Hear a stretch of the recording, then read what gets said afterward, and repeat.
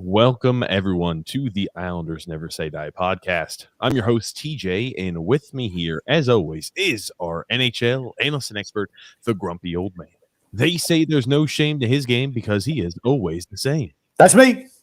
Grumpy, we're here live Saturday evening after the Islanders' last game of the season to cap off the, underwhelming 2021-2022 season. Grump. Yes, I'd say that's correct. The season has mercifully ended. We were a 500 team. That's where you and I disagree. Hey, an overtime loss is still a loss. I don't give them credit. Like, that game doesn't count. That being said, for those of you who are new to the show, just housekeeping items. This is a twice-a-week Islanders podcast that takes place on Wednesdays and Saturdays at 8 p.m. Eastern Standard Time. We also have another show that we do on Thursdays, 9 p.m. Eastern Standard Time, as well as on Sundays at 8 p.m. Eastern Standard Time, called TJ and the Grumpy Old Man.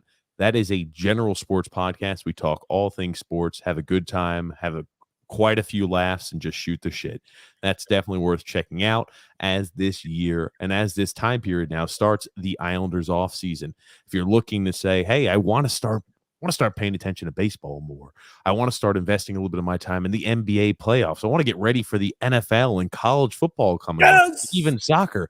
That is the best place to do so. It's called TJ and the Grumpy Old Man. Can be found, and that can be found as a featured channel on our YouTube page, as I've got popped up on the screen, or it can be found in the link in the description below, Grump. I just want to tell you something, TJ. There's a lady who lives in my neighborhood. And, I told her about the podcast, and they don't know who you are, but they're like, oh, his voice is really good. He's got a really good voice, and he's, good looking. He's a good looking young man. And I'm like, you want to know what her name was? Non-existent figment of your imagination. What was her name, Grump? Helen Keller. Oh, thank you. Blind, deaf. Oh, yes, there it is. Helen Keller. No. But she did say that I have to admit, you have a very good speaking voice. It's one of the few things I excel in, Grump. That being said, we started a little late today. I usually run late on occasion, one of the many flaws. That being said, Grump, we were crunching some numbers before the start of this show. True. And, today we're going to talk about a few of the numbers we have, and we're going to present to you guys. We're going to talk about Big Z. It looked like that was his last game, his farewell game. He, I think, will be retiring.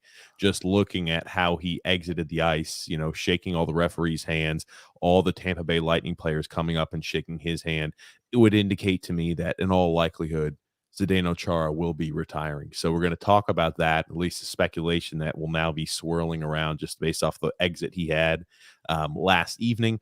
We're also going to be talking about, Grumpy Old Man, a fantastic goal by Josh Bailey against the Washington Capitals. It was a beautiful one. We'll talk about it.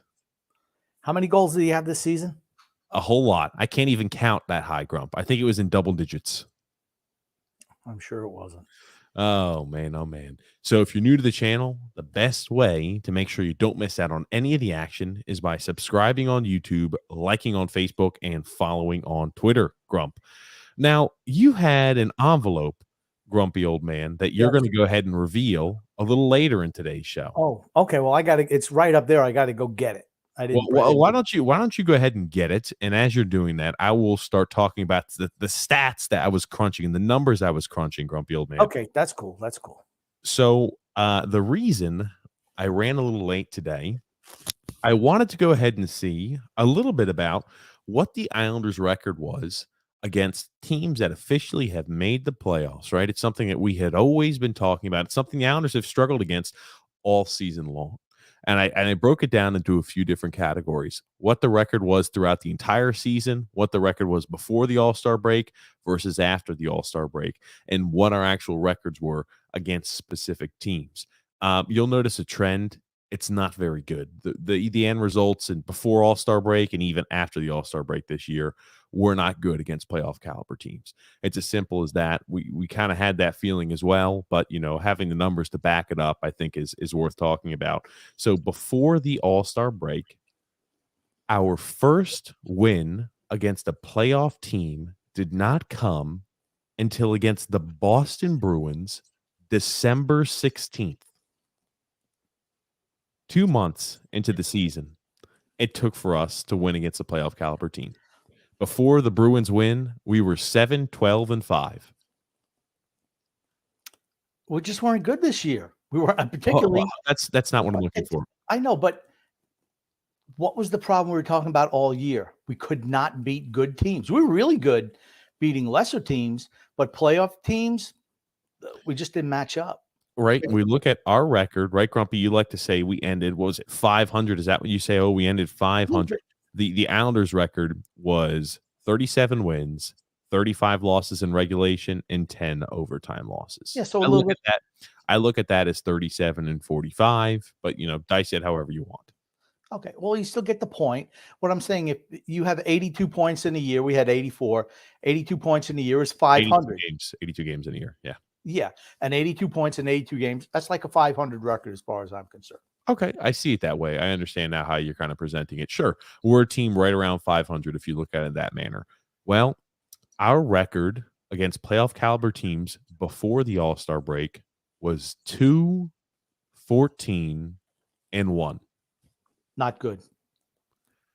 Yikes. That's Arizona Coyotes bad.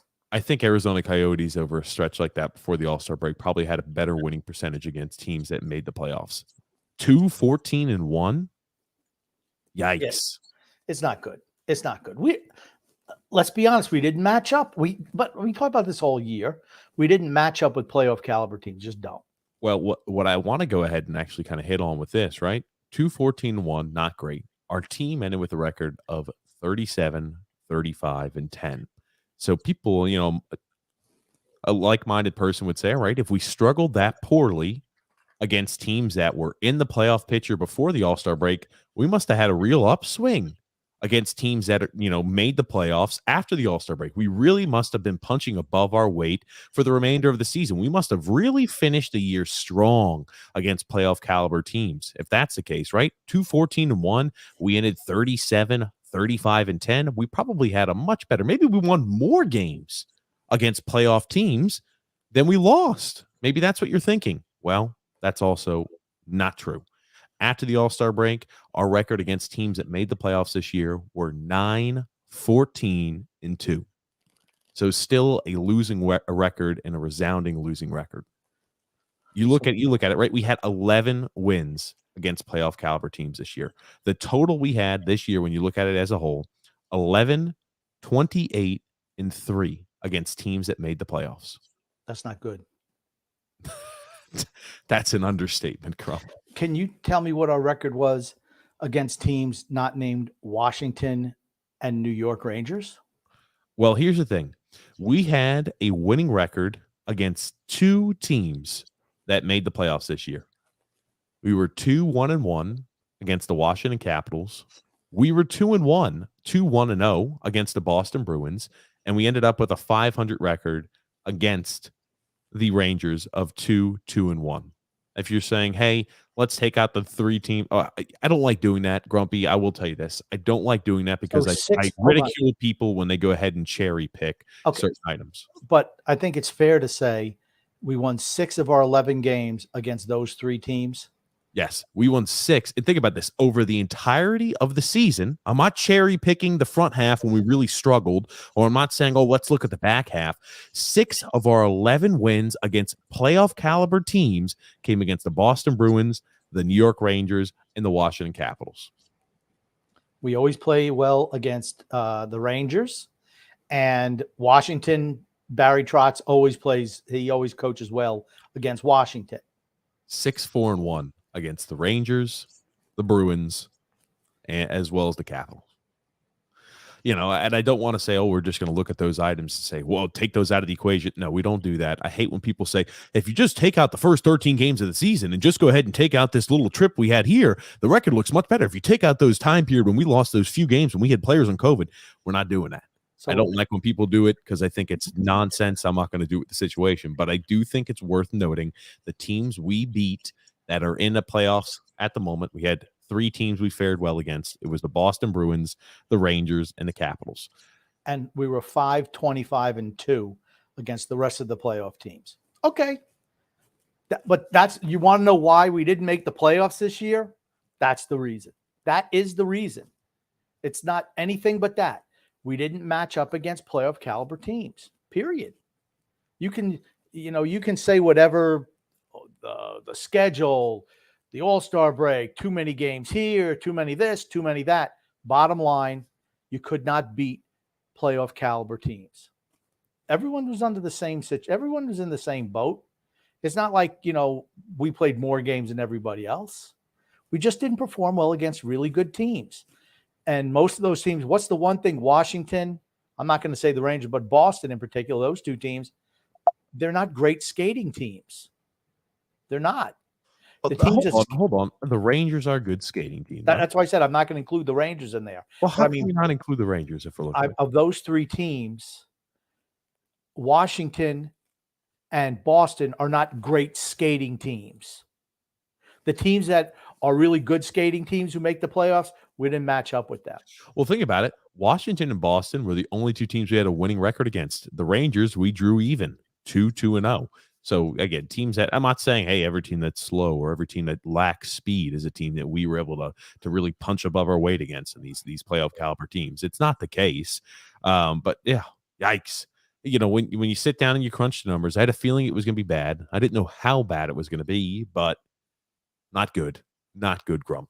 And I'm going to bet that the record against teams like Carolina, Florida, Tampa, Toronto, teams that can really skate, I'm going to bet that we didn't have a really good record against them all combined. If you look at the really top, but here's the thing, they're at the top of the NHL standings because they're the best teams in the league, right? It's as simple as that. And so, don't misconstrue it. The Florida Panthers 0-2-1, right? You look at the Colorado Avalanche, they're a really good team as well.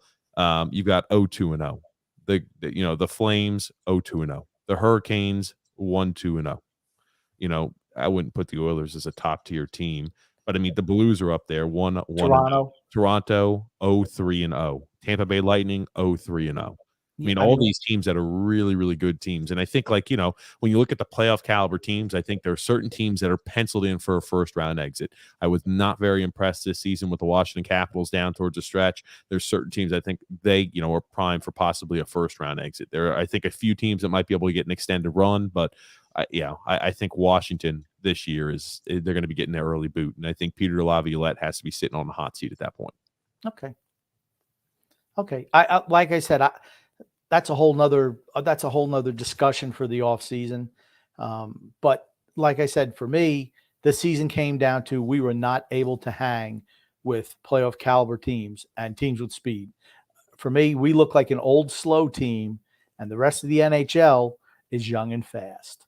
And until we kind of even that out a little bit, I think we're going to continue to struggle. I mean, I hate to say it, as a lifelong Islander fan, I'm just like, we need a lot of changes, and nothing's going to happen this offseason. We're just going to maybe retool a little bit. But the changes really quickly that we need to make is more of the top end talent that allows you to compete with other teams that are in the playoffs, right? When you look at it, playoff caliber teams, 11, 28-3. Our record against teams that did not make the playoffs was 24, 9-7. So here's the thing. We played extremely well and won the games against teams that we should win. See, that's where, for me, the excuse train that they like to roll out there doesn't hold water for me. Because we we're kicking ass and taking names when we played the lower level teams, and we played the higher level teams, we got rolled. I mean, I always said during the season, I said, we were the king of the suck teams. I mean, we were really good about, the teams that were not playoff caliber teams. We handled them pretty much all year. We just couldn't beat the really good teams. That's a problem. That has nothing to do with COVID, nothing to do with the new arena, nothing to do with a long road trip, none of that.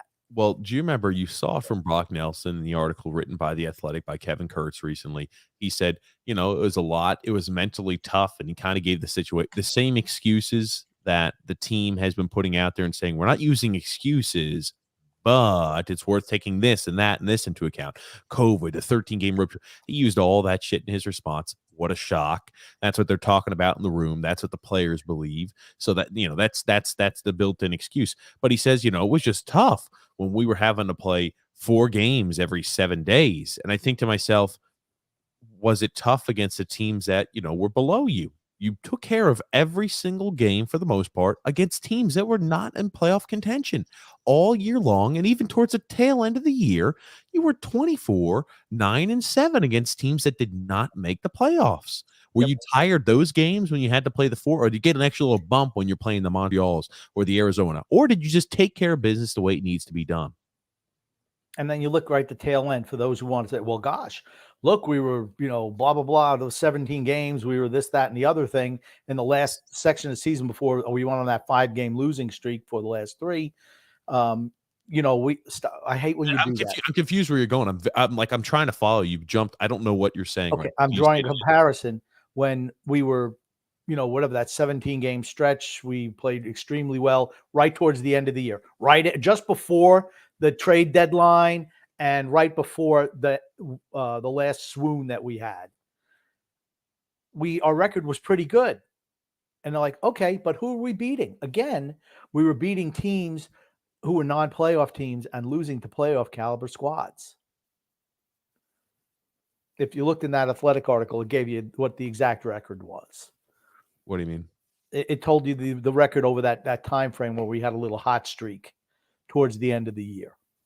Well, I here's the thing. I look at it more like this, right? What are the before All-Star break, after All-Star break? All these excuses I see are all pre-All-Star break items. Oh, well, COVID. Oh, 13-game road trip. Oh, this. Oh, that.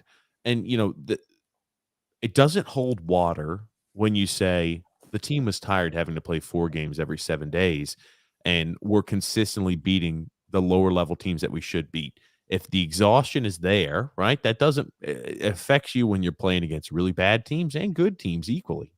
True. So, if it has such a huge impact, I think that's the type of impact it would have on it. I agree. I mean, like I said, for me, anyone who's making excuses for this season, they're mistaken. We just weren't good enough. And to me, you just look at the disparity between the teams with winning records and the team with losing records. That's all you need to know. Nothing else.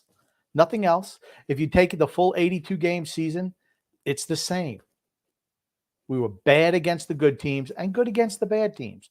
That makes us, like I said, just an average team, a 500 club, which is what we were. The best team of the loser teams. Yeah, we were the king of the losers. Not quite. At the end, we got caught by a couple of teams from the West. But certainly in the Eastern Conference. I mean, that was like the top 8 teams. Tell me you didn't know who the 8 playoff teams were in like January. It was so obvious.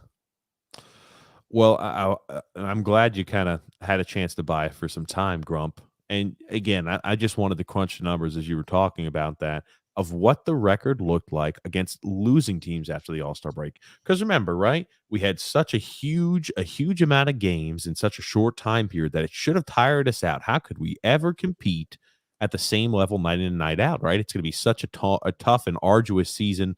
Well, ladies and gentlemen, after the All-Star break, our record against teams with that did not make the playoffs were 12-4-2.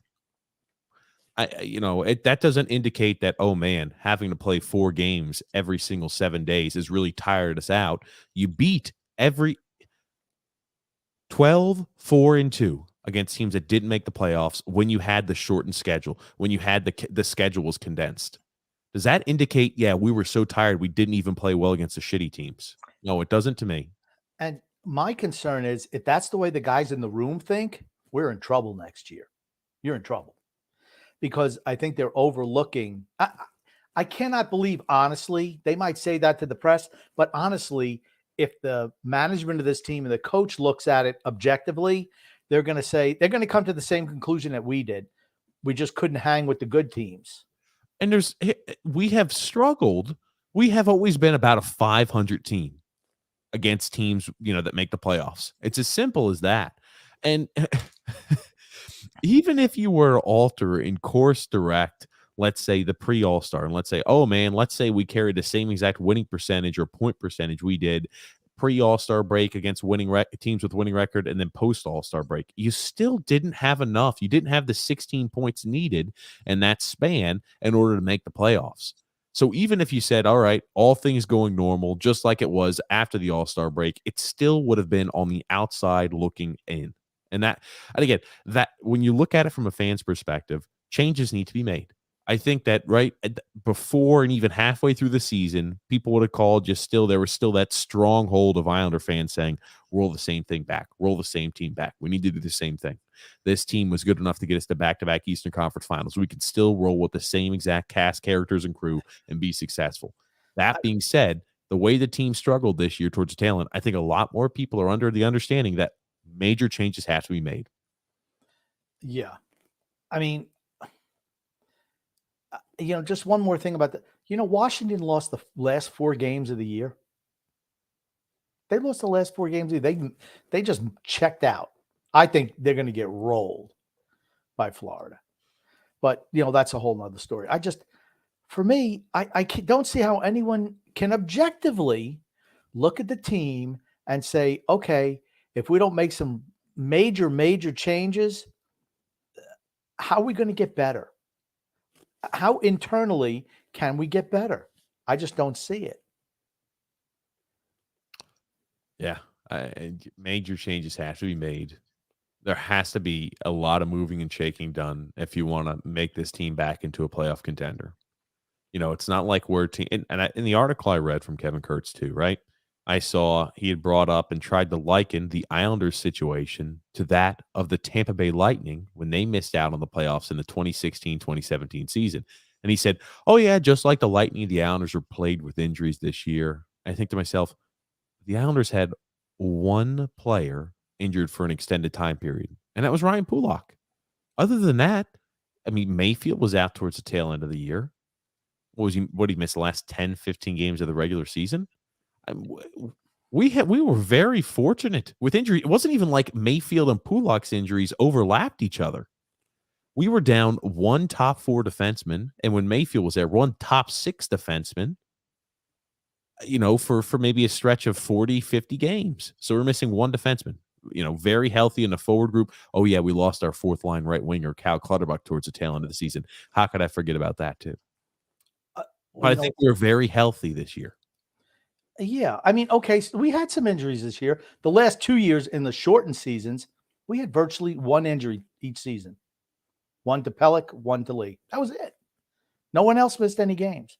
But the thing I just found disingenuous with the Tampa Bay comparison was that you're looking at the guys on Tampa Bay, they were all like in their early 20s. Stamkos was like a guy who was 26.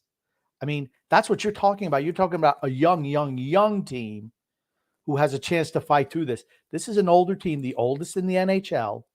And I just thought that was just a bad comparison because the players on our team are not going to get better. Certainly not, your Anders Lees, your Brock Nelsons, your Josh Baileys, your Palmieri's, Parises, all those guys. They're not going to be getting better. They're going to be getting worse. Where Tampa Bay, you knew those players were still going to grow into becoming the players that they are now. Okay, and let me interrupt there because you think about that Tampa team that he made the comparison to. Their starting goaltender was Ben Bishop. Yeah. It wasn't Andrei Vasilevsky, who it is now, right? When Vasilevsky comes there in 2017-18, it's a complete difference. Complete difference there in that. Yeah, but Bishop was good for them for a couple of years. He was. Okay. I'm just saying the age of the squad. I'm not talking about the goaltender. The age of the squad was like young 20s. We're overall talking. Okay, I'm going to get to that, Grump. I wanted to just bring up, like, they're expecting and they tried to liken the situation to John Cooper. He said, we needed to go ahead and get back. We need to get back to basics. All the coach speak words you could possibly imagine.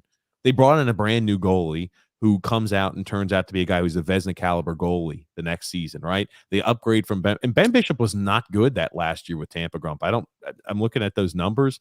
I'm sorry. Was he there? I'm sorry. Vasilevsky was there in 2016-17. My mistake. I'm sorry. Yeah. He did play, so I do apologize. But you had Steven Stamkos, who only played 17 games that year. Braden Point was 20 years old. Nikita Kucherov was 23 years old. Victor Hedman was 26. They still had Jonathan Drouin on that team at 21 years old, so they didn't have Sergachev at that time period. They had made trades, right? And they got, they still were a young team, but they made trades to put them on that right path. We're not a young team, and, I think we do need to make trades, but we look at, hey, what pushed Tampa forward, getting rid of Jonathan Drouin. And I think that Sergachev is a much better player than that. It was almost a 1-for-1 deal. And I think Tampa comes out on top of that, but in a big margin. It was a 1-for-1 deal, but what did they do? They subtracted from the strength of their team, which is the forward group.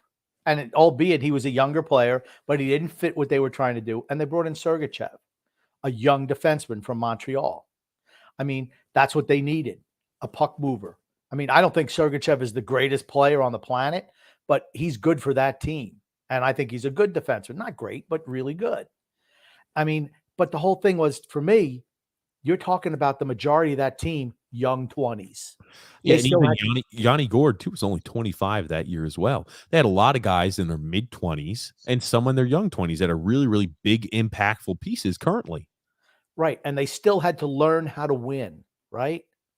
Then they made the playoffs a couple of years with the super talented team, but they didn't have the grit. So that's when they started bringing in some of those grit pieces, which they brought in the last couple of years, right? You bring them in, that's what puts them over the top. Some guys who knew how to play the hard way. Like, I mean, our guys know how to play the hard way. We just don't have a whole lot of talent. At the end of the day, talent trumps everything. You can add a grit piece. You can add a grinder type to a super talented team. That will help put you over the top. But if you have a team that's all full of grinders, in the big games, you don't have the talent to stand up. I mean, we saw that this year. We just did not have the talent to match up with the better teams in the league. And I think the fact that it was an 82-game season really hurt us. Yeah. I don't disagree. I don't disagree, Grump. And I know I feel like a lot of the same points you bring up all the time, but they are true. I just think it was the comparison. I feel like we're kind of reaching at straws, right? And here's the thing, right? Kevin Kurtz wants to obviously keep things optimistic. I think he wants to keep it, somewhat, hey, I want to be honest and truthful, but I want to keep it with an optimistic, little bit of a, twist of optimism to it, comparing us to what is a dynasty. I'd say Tampa Bay is a modern day dynasty, right? Or borderline thereof, right? You look at these little mini dynasties, like, Chicago was a mini dynasty in the early 2000s. You have those teams that are mini dynasties. I would argue that Tampa is on the cusp of being, a dynasty during this, late 2010s, early 2020s. In the salary cap era, what would you constitute a dynasty, right? 3. If they get 3 wins, right, bona fide dynasty, no argument. I think 2 wins, or even if you have 3 wins in a 5 or 6 year span, that's a dynasty to me. So Chicago was definitely a dynasty then. Yeah, certainly were. But what made Chicago so good? All those young players coming together at the same time. They still have some of those guys on the same team, but the fact is their best players were really, really young. They were in their early 20s. Taves, Kane, Duncan Keith at the time, Dustin Byfuglien. They were all young players. The Kings. I consider the Kings kind of a dynasty type, right? Close, mini. Maybe that's a mini. But again, they had some older guys, but who were their key contributors? Kopitar, Doughty, Quick, younger players. When I look at our team, we have a couple of guys, but they're not allowed to flourish. Like Matt Barzal's not allowed to flourish under this system. And that's the thing when you play such an austere system like we do, I think it hinders guys like Matt Barzal to me. But like I said, I think that the team has to realize what the issues are. They might say this in the press, but they know they're not stupid. You don't get to be a general manager in the league for 30 plus years and a coach for almost 30 years without, being realistic and knowing. I think for the vast majority, they're going to try to do one more bandage job before a full-blown blowout and rebuild. This is it. This next year is it. I mean, I just look at how Grump, I will say, can we try to avoid that? Because you don't even know what they've done this offseason. We don't even know what they've done or what they plan on doing this offseason. they're going to add They're going to add a piece or two, though. Okay, let me ask you this. If you had guys that are younger or near their prime, right, would that not change your outlook? I'm just saying, I would try to adhere from that, seeming that we're day one into the offseason, and so now you're dooming next year and years after, right? I'm not at all. You just said they're going to do a Band-Aid job, and then they need to do a full-on blown rebuild. What would that indicate? What I said was That's exactly what you said. After next year, you're going to see it'll be a rebuild after next year. So what would that indicate, right? If we go from a little bit of a Band-Aid job to then we need to do a full-blown blowout, I believe is the exact, verbiage you used. That would indicate that the Band-Aid job didn't work. That would indicate, okay, so I'm just saying you don't even know what the Band-Aid job is. But do you think that a Band-Aid job is enough to make this team a Stanley Cup contender? Here's the thing. We don't even know what they're doing. If they had a true top six forward and a true top four defenseman, I wouldn't consider that a Band-Aid job. If they go ahead and they add some swell that they could go ahead and put on the bottom line, yeah, that's a Band-Aid job. But if they add a guy, here's the thing. Christmas morning, you add Forsberg and you add a guy like Chychrun. That's not a Band-Aid job. Okay. Maybe Band-Aid job, if you would have let me finish, was not the right terminology. But for certain, we're going to get ourselves a top four defenseman. But how do you go about doing that? Do you gut the team with the rest of the younger players? I mean, those are decisions that they have to make, right, in the offseason. They're going to take one more run at it, right? One more run. But let's say, argument's sake, we take one more run, we don't qualify for the playoffs next year. What do you think they're going to do the next offseason? Which is all I was trying to say. They're going to blow it up then. Well, here's the thing. We don't know what their idea of trying to add pieces looks like this offseason. Every offseason has been underwhelming, I'd say, for the most part. Re-signing back guys that we trade for and acquire at the trade deadline is not necessarily exciting. I mean, Zach Parise was a good addition, but the way I look at it is this, I'm going to reserve judgment until I see what they do to proclaim them as, oh, failure is imminent, or hey, success is on the horizon, right? You're not going to catch me doing any of that. I wasn't doing that. I was saying if this happens, that's what will happen. That's all I'm saying. I think we are going to get a legitimate top four defenseman. But we have to replace Zdeno Chara. Even if Chara, after that wonderful, and I mean wonderful show last night, him scoring that goal in the last couple of minutes, the team all coming out, the fans 1,000% behind him, Tampa Bay coming over. What a class thing. I mean, I was getting a little teary, honestly. I mean, and I thought it was just tremendous. I don't see how you can come back from that, honestly. That love of show of respect from everyone in that arena, from the other team. It's like, man, do we hang him up? And Barry was talking like, well, if he's coming back, they're going to take him back. You can't have him playing top 4 minutes anymore. And I don't think they will. I think they're going to get a legitimate top four defenseman. And if Chara does come back, he'd have to be a bottom pairing guy. So that would mean that Robin Salo has no spot here. But here's the thing. You just kind of diverted away from what we were talking about. I will say this. It's the first day of the offseason. Let's not try to get too doomy and gloomy, huh? I'm not doomy and gloomy at all. Okay. I'm not doomy and gloomy at all. I feel wanted to talk about what caused this season's issues, right? I'm not going to lie. Did the 13-game road trip help at the beginning of the year? No. Did, the COVID issues we have help? No, but every team was affected by those items. I'm not going to go ahead and put individual, maybe it contributed a little bit to our failure, but we were 16 points out of a playoff spot. It's not like I could squint at it and say, oh, we missed it by 2 or 3 points. I can understand it. It's 16 points, guys. We were out of the playoffs December. We were out of the playoff hunt. We're out of the playoffs. So you're talking about here, this is Zdeno Chara getting his little farewell. And again, I'll let you guys watch it too. And for those listening, hopefully you get to hear the Chara chants. But this doesn't indicate to me that I'm going to play hockey next season. And again, we read it, and originally it was from apparently a shady source or a source that didn't know the information. Looks like that source could be correct. That said that earlier Big Z was planning on retiring. And we got to shoot. Oh, no, not confirmed. Shady source. No way, no how. This would indicate that this is probably his last game. With the New York Islander organization, that's for sure. With really what they've done over these last 20 games, I didn't want to look pretty hopeless for them. Tampa Bay Lightning may be lining up to congratulate Chara. That's what looks like this is going to be all about. So Chara, here we go now. So tremendous respect for Zdeno Chara. Corey Perry. Entire team is lining up in the out. What Grumpy? You want to interrupt? What? I said Corey Perry was the first guy. Okay. Okay, I just want to listen to it in the entirety and we'll speak about it. Just giving him his due. And you know what? Really classy of the Tampa team. Barry Trotz looks like he's going over to maybe to see John Cooper. I'm not sure. Probably going to wish them luck in the playoffs. It's a hard-fought game every time these guys meet. But that's something special, isn't it? Certainly is.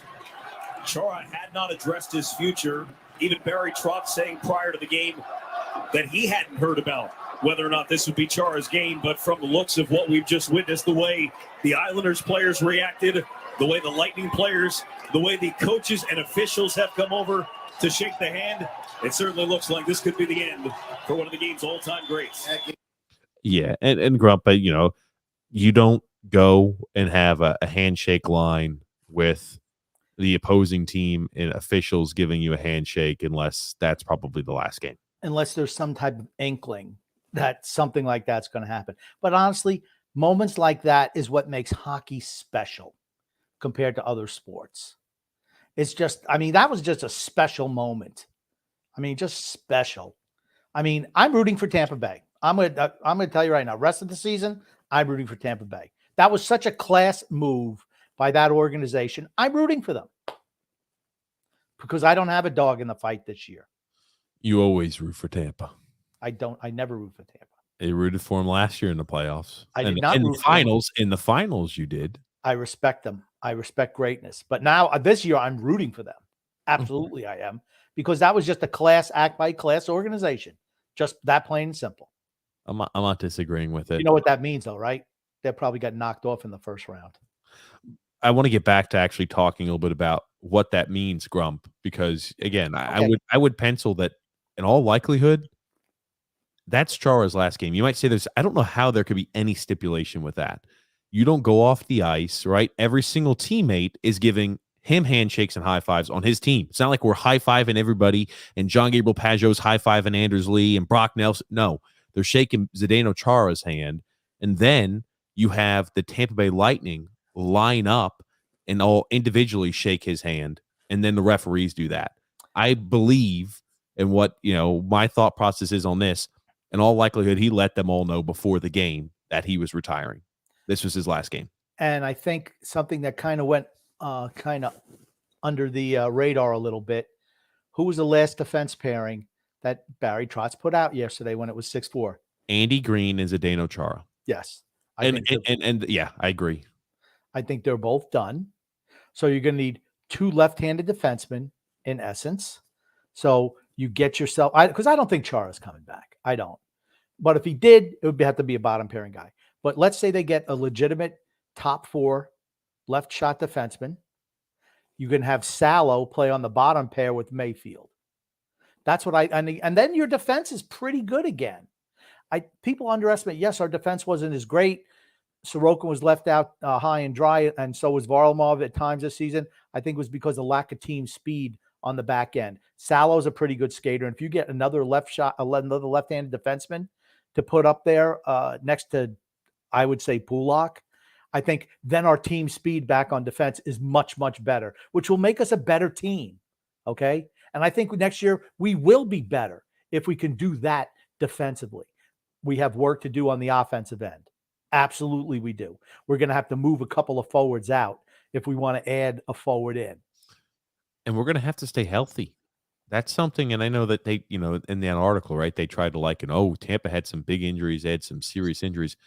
Yeah, we didn't lose a guy like a Steven Stamkos' impact to Tampa that one year they didn't make the playoffs and finished, right on the outside looking in. And he was like one of the top 5 players in the league back then. Yeah, he was 26 years old, 27 years old, in the prime of his career. Yeah. So that we have been a very fortunate team the last 3 years with injuries. I know, right? Last year we lost Anders Lee. That was one guy. We were supposed to address that at the trade deadline. We brought in Kyle Palmieri, who we played on the right wing, and said, Leo Komarov, you're still on the left wing on the first line. We can argue about how we addressed it. We didn't do a great job. Adam Pelech got hurt, then was back because of the bubble. So, for the playoffs, right, he didn't miss any time, really. He did miss time towards the tail end of the regular season, which did hurt. You saw the record, the record was impacted. This year, we lost Pulak for a 8 or 10 week stretch. And 2 of those weeks had the COVID break. We lost Scott Mayfield for the last 10 or 15 games of the regular season and Cal Clutterbuck. So bottom pairing defenseman, Scott Mayfield for the last 10 to 15 games, and fourth line right wing, Cal Clutterbuck for the last 10 or 15 games, and Ryan Pulak. Yes. We only had 2 injuries overlap each other all year long. 2. Yeah. I mean, besides occasional sickness. Right. I mean, but like I said, I want to look to the future. Good. I'm just saying that I think we can be better. Do I think we can do enough to contend for Stanley Cup list next year? No, I don't. But we can certainly be in the playoff hunt without a doubt. I just don't think we match up team speed-wise with the upper echelon in the league. I think that's our biggest issue, is we're slower compared to other teams. And the teams that are good now have been the ones that have embraced the rule changes that the NHL has implemented in the last 5 or 6 years.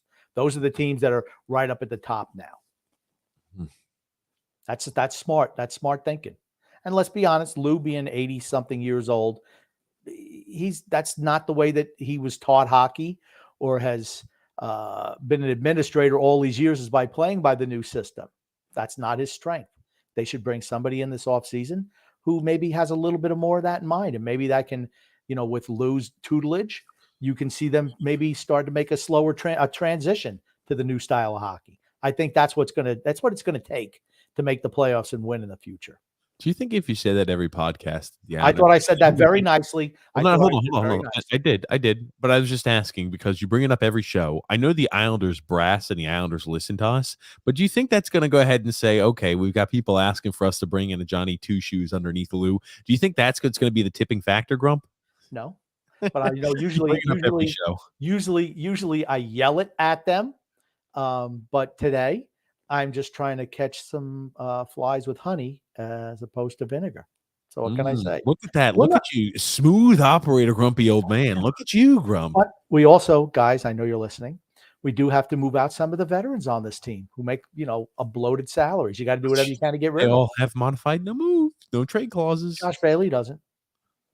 Yeah. Well, you can get rid of Josh Bailey. Man, Josh Bailey, though, speaking of Josh Bailey, Grump, we can't get rid of Josh Bailey, Grump. And the fact that you would say that after the spectacular goal he scored against the Washington Capitals, Grump, it just means that you don't watch enough Islander games, Grump, because Josh Bailey is so important and integral to this team. I want you to watch this. This was in the third period with 6 minutes left in a very close 4-0 game against the Washington Capitals. And I want you to watch as everything is so tight and everything is so closely contested in the last 5 or 6 minutes of this game against Washington, where the Islanders are up 4-0. It's a fantastic move. I don't want to take anything away from it. Who creates this goal, though? Who creates this goal? Barzal does. Thank you. I was kind of joking around. This is when you see a goal like this. I think Josh looks so unbelievably comfortable in the driver's seat. If it was a tie game or things were close, I'm not sure he tries this move. Well, I'm not sure he tries to move, but when you're up 4-0 like this, you have the liberty and a little bit more comfort in the game, right? There's 6 minutes left. Okay, we've got a 4-goal lead. I can do something like this, and I could be a little bit more creative. And I think that, if you took the creative approach that we saw in this goal right here, every single time period out there on the ice, and you kind of felt that more calm and relaxed, his production would be immensely better. I firmly believe that. And that's why I was kind of hamming it up. Oh, it was such a close game at this point. If he played with the same comfort and relaxation that he does when he scores this goal, you would see his production is much better. But here's the highlight. It's a fantastic move. A good job by Matt Barzal dispossessing. Here's the steal for Barzal. Took an extra second. Bailey. He's in and he scores! My goodness. It's beautiful. And look at how just relaxed he is. Even after scoring a goal, he's so relaxed. And I'm just like, if he carried that same relaxation out there on the ice every single time, like the Islanders are up 4-0 against the Washington Capitals, he would put up highlight reel goals like that, and he would look like a much better player. He'd be making fantastic feeds on a consistent basis also. No. He is what he is. He's 33 years old. He is what he is. That's the way he is on everything. He's just relaxed. But here, watch the goalie. The goalie's looking for the pass.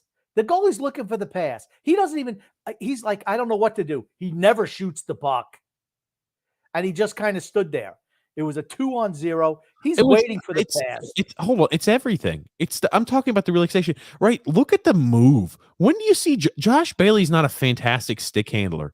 That's a move I don't expect from him. You sometimes saw that type of stuff from Kyle Okposo, from Brock Nelson. You sometimes see it from Matt Barzal, from Anthony Pavilion. You don't see that type of stuff very often out of Josh Bailey. And I'm wondering, right, if it's a closer contested game, does he even do a move like that? Or is he just look to immediately pass the puck off to Kiefer Bellows? I'm just saying, if he played with that sort of relaxation and aggression on the net, he would be hard to freaking stop. He'd be much more valuable than what he did and produced this year. No doubt in my mind. I was stunned that he did not pass the puck there, because that's a tap. So was I. That's a tap in. I mean, because look at the goalie. He's protecting against the pass. He's not even looking at the freaking shooter because he knows it's Josh Bailey. Now, that said, Josh Bailey had 14 goals this year, and 2 of them were own goals from the other team. So before we get too excited about Josh Bailey, like I said, 14 goals. Has Josh Bailey done enough to keep himself for another year in the Islanders to get him the 1,000 game mark, the extra 10 games he needs to hit 1,000 games? Grump, has he done enough for that? No freaking way. And that's a nice move. Honestly, it's fantastic. That move right there is beautiful. What does he have? What do you have? Like 1 or 2 good plays all year? He has about 1 or 2 of those highlight reel-esque type goals every year. And you're going to hear from the Josh Bailey apologists, well, look at how great he was on that. I tend to watch all the games, not just the game that he scores when that makes it 5-0 at the end of a third, the next to last game of the year, nothing to play for. Grumpy, you're saying Josh Bailey. Is that Vladimir Tarasenko who did that move? Kind of looks like Vladimir Tarasenko on the ice. Well, except he scored a lot more goals with a shoulder that, doesn't work anymore. Oh, yeah, the shoulders, the MRIs were bad. But, here's the thing. I mean, I don't think it's the late push that he had is not enough to keep him on the team. I don't want to see Josh Bailey around. I'm sure there are going to be, and I wonder, kind of what the Islanders' thoughts are on him. What Lou's thoughts are on him. Late push, he had 44 points this year. 44 points for the whole season. That's a jag. Was he 4th on our team in scoring? I don't know. 5th, I think. 5th? Okay, think about that. He was so cold at the beginning of the year, but when we started to pick up play, he was scoring points. 5th on the year, fifth on the team in points. You pay the guy $5 million. I'm just trying to think, how is Lou going to rationalize what we need to do? Does he look at Josh Bailey and says, this is a problem, right? I know they exposed him last year in the draft, and everybody likes to say, well, because they exposed him, that means that, they don't value him very highly. Don't be so quick to rush to judgment on that. I think it was solely the reason they left him and Jordan Eberle exposed is because they had too many freaking right wings to have on the roster. They didn't want to go ahead and send Wallstrom to Bridgeport. They wanted to give him a chance this year, and they knew going into it they were re-signing back Kyle Palmieri, so they said that means either Jordan Eberle or Josh Bailey are exposable and expendable. They were exposed in the expansion draft because they needed to clear cap space. That too. And they That both had was cap. the reason. They both had cap, and it came from a position of strength. I'm using air quotes And because I don't think they cared who Seattle took as long as it was one of those two guys. Yep, they needed to make sure they cleared cap and they had extra right wings because they were re-signing Paul Mary. They knew that ahead of time. They had Cal Clutterbuck. They had Oliver Wahlstrom. They had one open right wing spot. So they said, we've got Jordan Eberle and we've got Josh Bailey. We need one of those guys gone. And I had no problem with Eberle being plucked. I would have had no problem with Bailey being plucked. Why? Because they weren't worth the money they're getting paid. Diminishing returns. Guys in their 30s don't deserve, unless you're a truly talented superstar, don't deserve to make $5 million plus a year. I'm sorry, they don't. They're just guys, Jags. Well, let me ask you this, Grump. Do you have your envelope? I do. For about an hour in the show, hey, we teased it at the beginning. This is Grumpy's. Let me see what type of envelope it is first, Grump. Did you really freaking date it? Yeah, of course I did. That's what I mean. Prediction 10-10-2022. Hold on. Yeah. Did you need 2021? 2022, 10-10-22. What do you mean? Whatever, last year. It's for 2022. Oh, bullshit. Now it looks like you fake, Grump. It's for the 2022 season. Okay.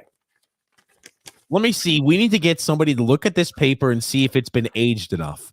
Does it look like it's been aged enough? Okay.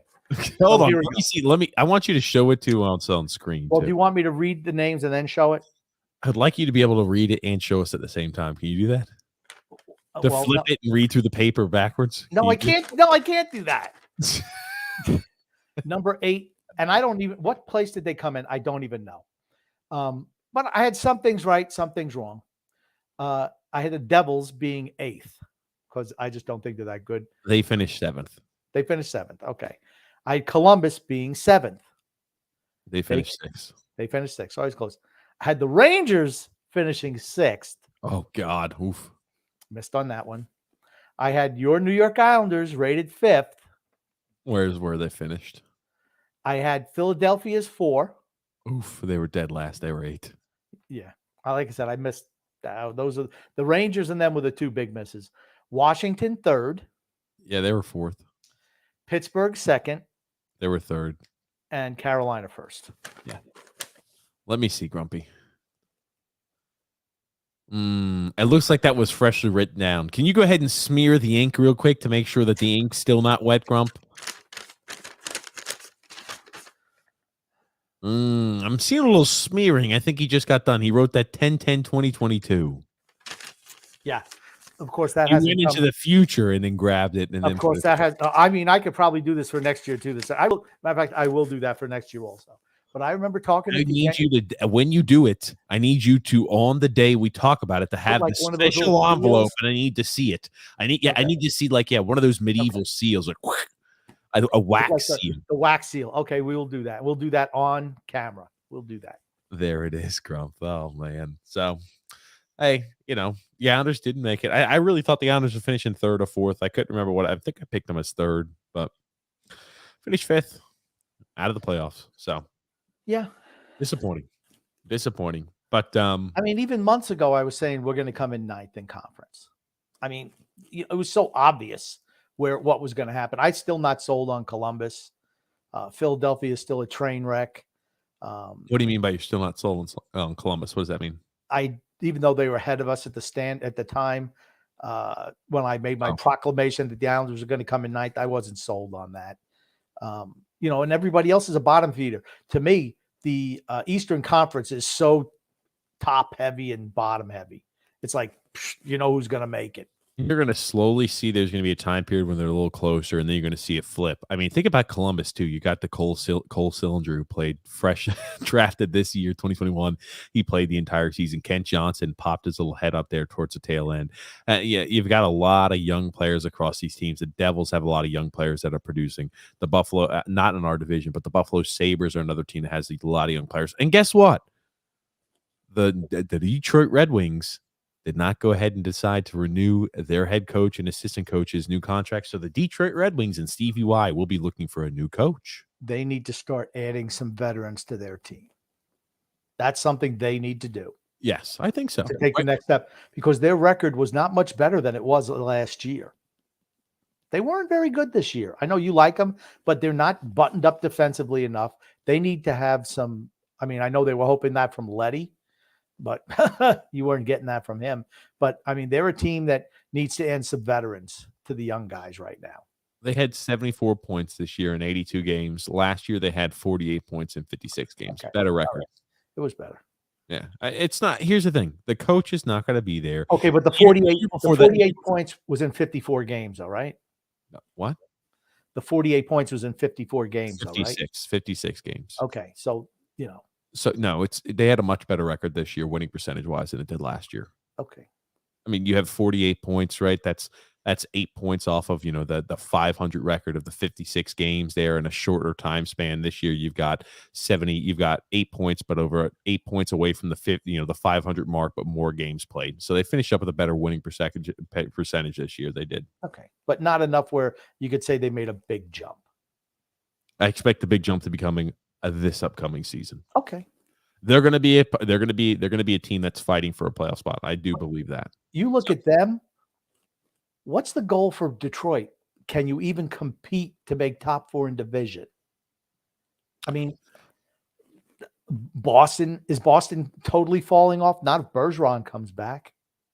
Does Bergeron come back? How, when you look, right, it's a little different. When you talk about Detroit and other teams like that, you could say, okay, we've got older teams that are taking a step back. We're taking steps forward. It's not like Detroit is an old team. All their players are getting better year after year after year. They need to make additions this offseason. So you're looking at the ability for them to really take a jump. Mo Cedar's first year in the NHL, Lucas Raymond's first season in the NHL, Albert Johansson, who's going to be hopefully, a budding rookie there next year. Got a lot of young players on that team. Yeah, okay. But they were still, they were like 33 points behind the 4th place team in their division. That's a lot of points to make up. That's all I'm saying. Do you see Boston getting better next year?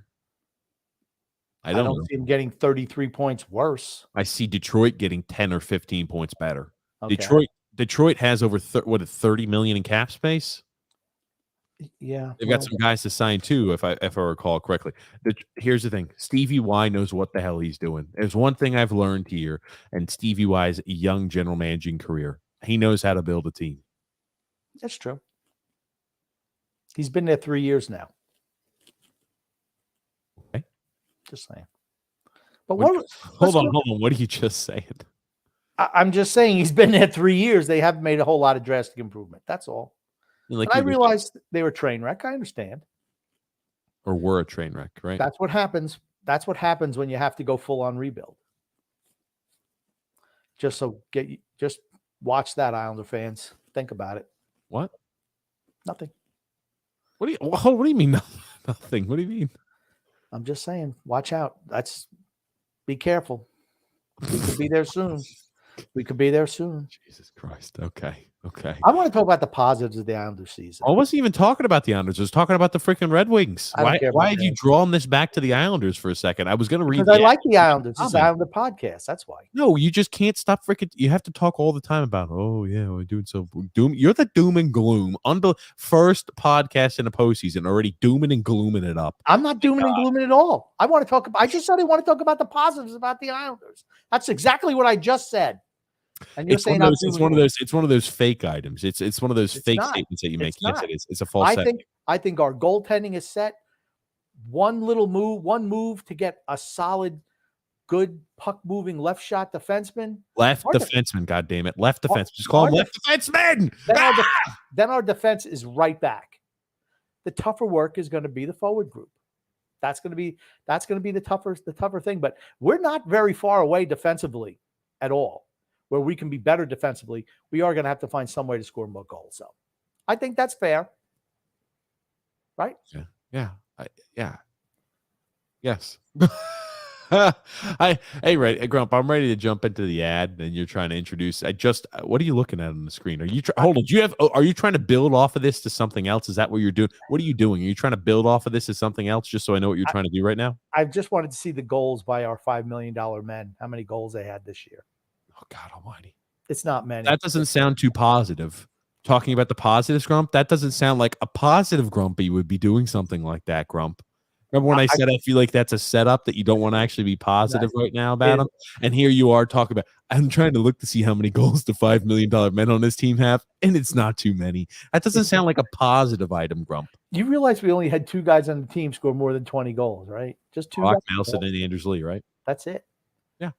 65 goals between them. I think we had, 75 the whole year? So that was a lot of goals for them. Thank you so much for the positivity, Grump. This is why I don't let you steer or do anything, because when I start seeing you do something, I was kind of confused because I know what you're saying. It's not true. No, I was just thinking about. I was kind of gearing things we're talking about. Actually, no. I was thinking about Kyle Palmieri, and I was interested to see how many points he put up this year. Okay. Well, what we've said, there are going to have to be improvements that need to be made this offseason. Will we do that? And I think we're going to make adjustments. How drastic are the adjustments we're going to make? I think we need to make something I think we need to make drastic moves. I don't think we could say a small addition here, just adding a top 4 defenseman, or let's say hypothetically just bringing back Nicoletti and maybe going ahead and making a trade for a guy No. Don't even mention his name. He's cheap. We don't know how cheap he is. He's an unrestricted free agent. He's not going to get what he got paid prior because he hasn't played as well as the last contract. There's no way he comes. I cannot imagine that we bring him back here. I cannot. Okay. You just no. Now, see, if you bring in a Chikrin type, your defense is ready. Even if you have to go into a semi-rebuild, your defense is still young enough where all you have to worry about is your forward group. Our defense is good. If we can make that one change, let Salo develop as a third pairing guy. Yeah, you're probably going to lose Mayfield. That's okay. You can always get a bottom pair guy, but we're young for the most part, and we can roll with that defense for a number of years. It's the forward group is what we have to worry about. Well, gotcha. Yeah, we do have to make adjustments. Getting back to what I was saying there before we jump into the ad, how drastic will they be? And I think that is what's going to determine the offseason for us. How drastic are the moves going to be? What are you doing, Grump? I do my little drink, and sometimes I feel like you know what I feel like? I feel like a teacher and a kid in the classroom was like playing around making origami as we're talking. If you didn't try to be such like I don't know, anal retentive, you wouldn't care too much if I picked up my drink and I was just fixing a little bit. No. It's the trend I've noticed over the last 10 minutes. It's the I knew you were lying about wanting to talk about positive items, and then as soon as I saw that smirk on your face, I knew it was not something positive. Not true. I know you do well, Grump. There were 2 huge positives here. Huge. Okay. We'll talk about those. That's what I like to talk about, positive things. Anybody who's not, hey, if this is your first time listening to the show, don't let he's earned the name, the grumpy old man. That's not something that was just like, hey, haha, this is just for jokes because you're super positive. We're going to call you the grumpy old man. No, Grumpy, you don't love talking about positives. You love talking about mistakes the team's made and about how blunders impact us. And you're more of a pessimistic fan than anything else. I'm what you call a realist. It's not pessimistic. I just gave you a scenario where even go through my soon to come rebuild, our defense could be set up for years to come, which is fine. Soon to come rebuild. My God. Yeah. Because rebuild breeds success, and rebuild breeds, hey, things are going well. Well, but when you positive outlook, that's right. When you rebuild, usually things are going well. Usually teams that win the Stanley Cup say we're rebuilding right after, right, Grump? Yeah, well, after 1980, 83 was the last year we won a cup. So I'm just saying. Okay. All I'm saying is, Jesus Christ. If you have a forward group where 3/4 of your players are over the age of 30, well you're going to have to rebuild that group. Just are. Yeah, retool. Yeah. Anyway, we're going to have to drastic moves. Drastic moves will need to be made. Right. That's rebuild talk right there.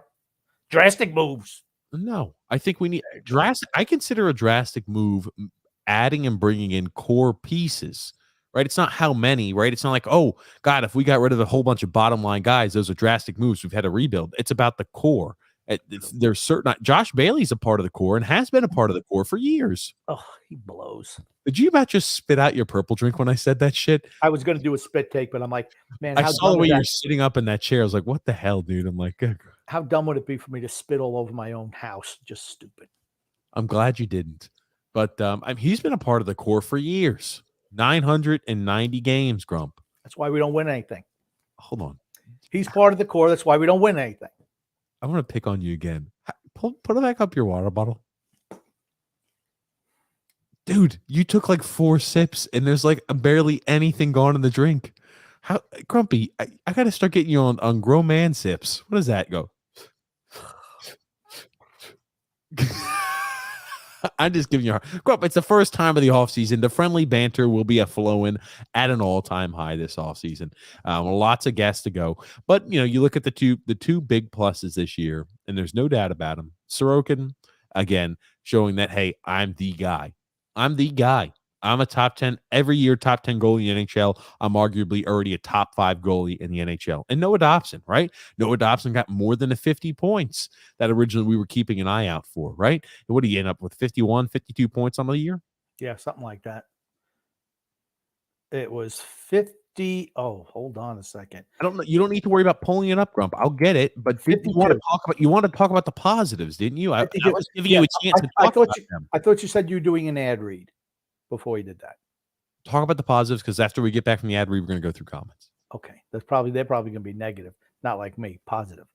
But to me, the two positives was the ascension. By the way, ended with 51 points. 52. I'm looking at it right now. Hockey Reference has it at 51. I'm looking at ESPN. They say 52. Okay, whatever. Doesn't matter. Here's the thing. He broke 50. For me, the ascension of Ilya Sorokin to certainly the number 1 goalie on this team and top 5 goalie in the league, without a doubt. Huge. I can't tell you how many games we won because of him. You think it was bad this year? Imagine what it would have been if he was not in net. He was just spectacular this year. Fantastic.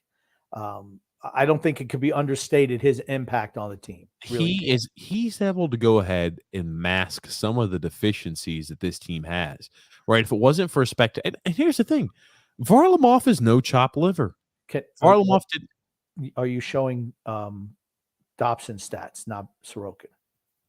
I wanted to show you for the record, right? There's going to be maybe they go to 52. People aren't going to think I'm crazy, right? I see 51. That's all I was doing. We're showing his stats. We're talking about Dobson. We're talking about Dobson in a second. We're going to talk about. God damn it, Grump! What do you interrupt me for like that? I was on a roll, but we're talking about Sorokin. He kept us single-handedly in games. He really did. Look at how many teams we say if they had the better goalie, they would have won that game. And Varlamov did that too. Varlamov had a great season, not as good as last year's season, where again, he was a top, 5, top 10 goalie in the NHL. But Sorokin was a huge bright spot. Sorokin's a guy where you think to yourself, this is a guy that can steal you games in the regular season and in the playoffs. He's a guy who's one of the cornerstone pieces of why this team could be successful long-term. Yes, without a doubt. And I didn't think Sorokin was great this year. I thought he was okay. You mean Varlamov? Varlamov, I'm sorry. Yeah, I thought he was just okay. Sorokin's the true number 1. There's no 1A, 1B anymore. And so do you consider moving Varlamov in the offseason? I've seen people bring this up. If you need cap space, right, that's a way you can do so, right? And think about this. Sorokin played 52 games in the regular season this year. He's in the prime of his career. He can play himself 57, 58 games the next year, even 60 if worse comes to worse, right? I think 55, 56, 57 is kind of the sweet spot. So do you need to pay your backup goalie if you're playing Sorokin, let's say 57 games in the regular season? Do you need to pay a backup goalie $5 million to play 30 games? Not for me, you don't. I don't think so. I mean, like I said, he's the true number 1 now. So it's like in Tampa, right? They have Vasilevsky. Who's their backup? Does it even matter? No, because when it becomes nut crunching time, Vasilevsky's in net. So that can be the same thing with Sorokin. He plays against all the good teams. You give whoever the new backup is, he plays the scrubby brush squads. I mean, it should be, like I said, 2-1 in games at least. Sorokin has shown he can play a lot of games and not get worn down as the season goes on. I did like nut crunching time. What the hell is nut crunching time, Grumpy? You know, when it gets tough. Okay, so he started only 52 games. Okay, 52 out of 82. Still, I was about to say 52 out of 82, right? That leaves 30 games for the backup. And here's the thing: if you're playing in 57 games, and let's say you're starting in 57 games, it's only 25 games for the backup needed. Right, and you don't want to pay $5 million in the salary cap era to a guy who plays 25 games. $5 million, obviously, when your cap, is 80 million. What is that, Grump? You're looking at like Too much. 1/16 of your cap. Too much. Let's just put it to you that way. Too much money for a backup goalie. I'm gonna pull it up and actually do the math. So if you could have actually drawn it for like a few more seconds, I'll get it done for us. Okay, it doesn't matter what the percentage is. I mean, I could have told you if you wanted me to look up the percentage, I could do it because about 6.1%. Okay, well then there you go. All you have to do is go to Cap Friendly. They actually tell you the percentage. 1/16 of the cap, roughly, and you're looking at 6.1% for a guy who plays not even half the games for you. And I mean, Sorokin, we talk about how can we creatively open and free up cap space. I think he's a guy too. You could find a way to open up cap space by trading a guy like Varlamov. right? And let's say you get a goalie, a backup who makes $2 million per. Now you're getting really good value out of your goaltenders because Sorokin's at $4 million, right? So for me, $6 million for your goaltending position as opposed to $9 million, that's a pretty good savings right there. And like I said, we have $12 million in cap space going into the offseason. We don't have a whole lot of guys to sign, certainly not guys who are unrestricted. We have Noah Dobson and Kiefer Bellows. Those are two guys that, yes, we certainly, in my opinion, we want to re-sign, right? But I mean, who else really? Char and Green are gone. Sebastian Aho, he's he's an unrestricted free agent. How much money would he make? Not a whole lot. Other than that, we don't have another free agent. And we have $12 million in cap space.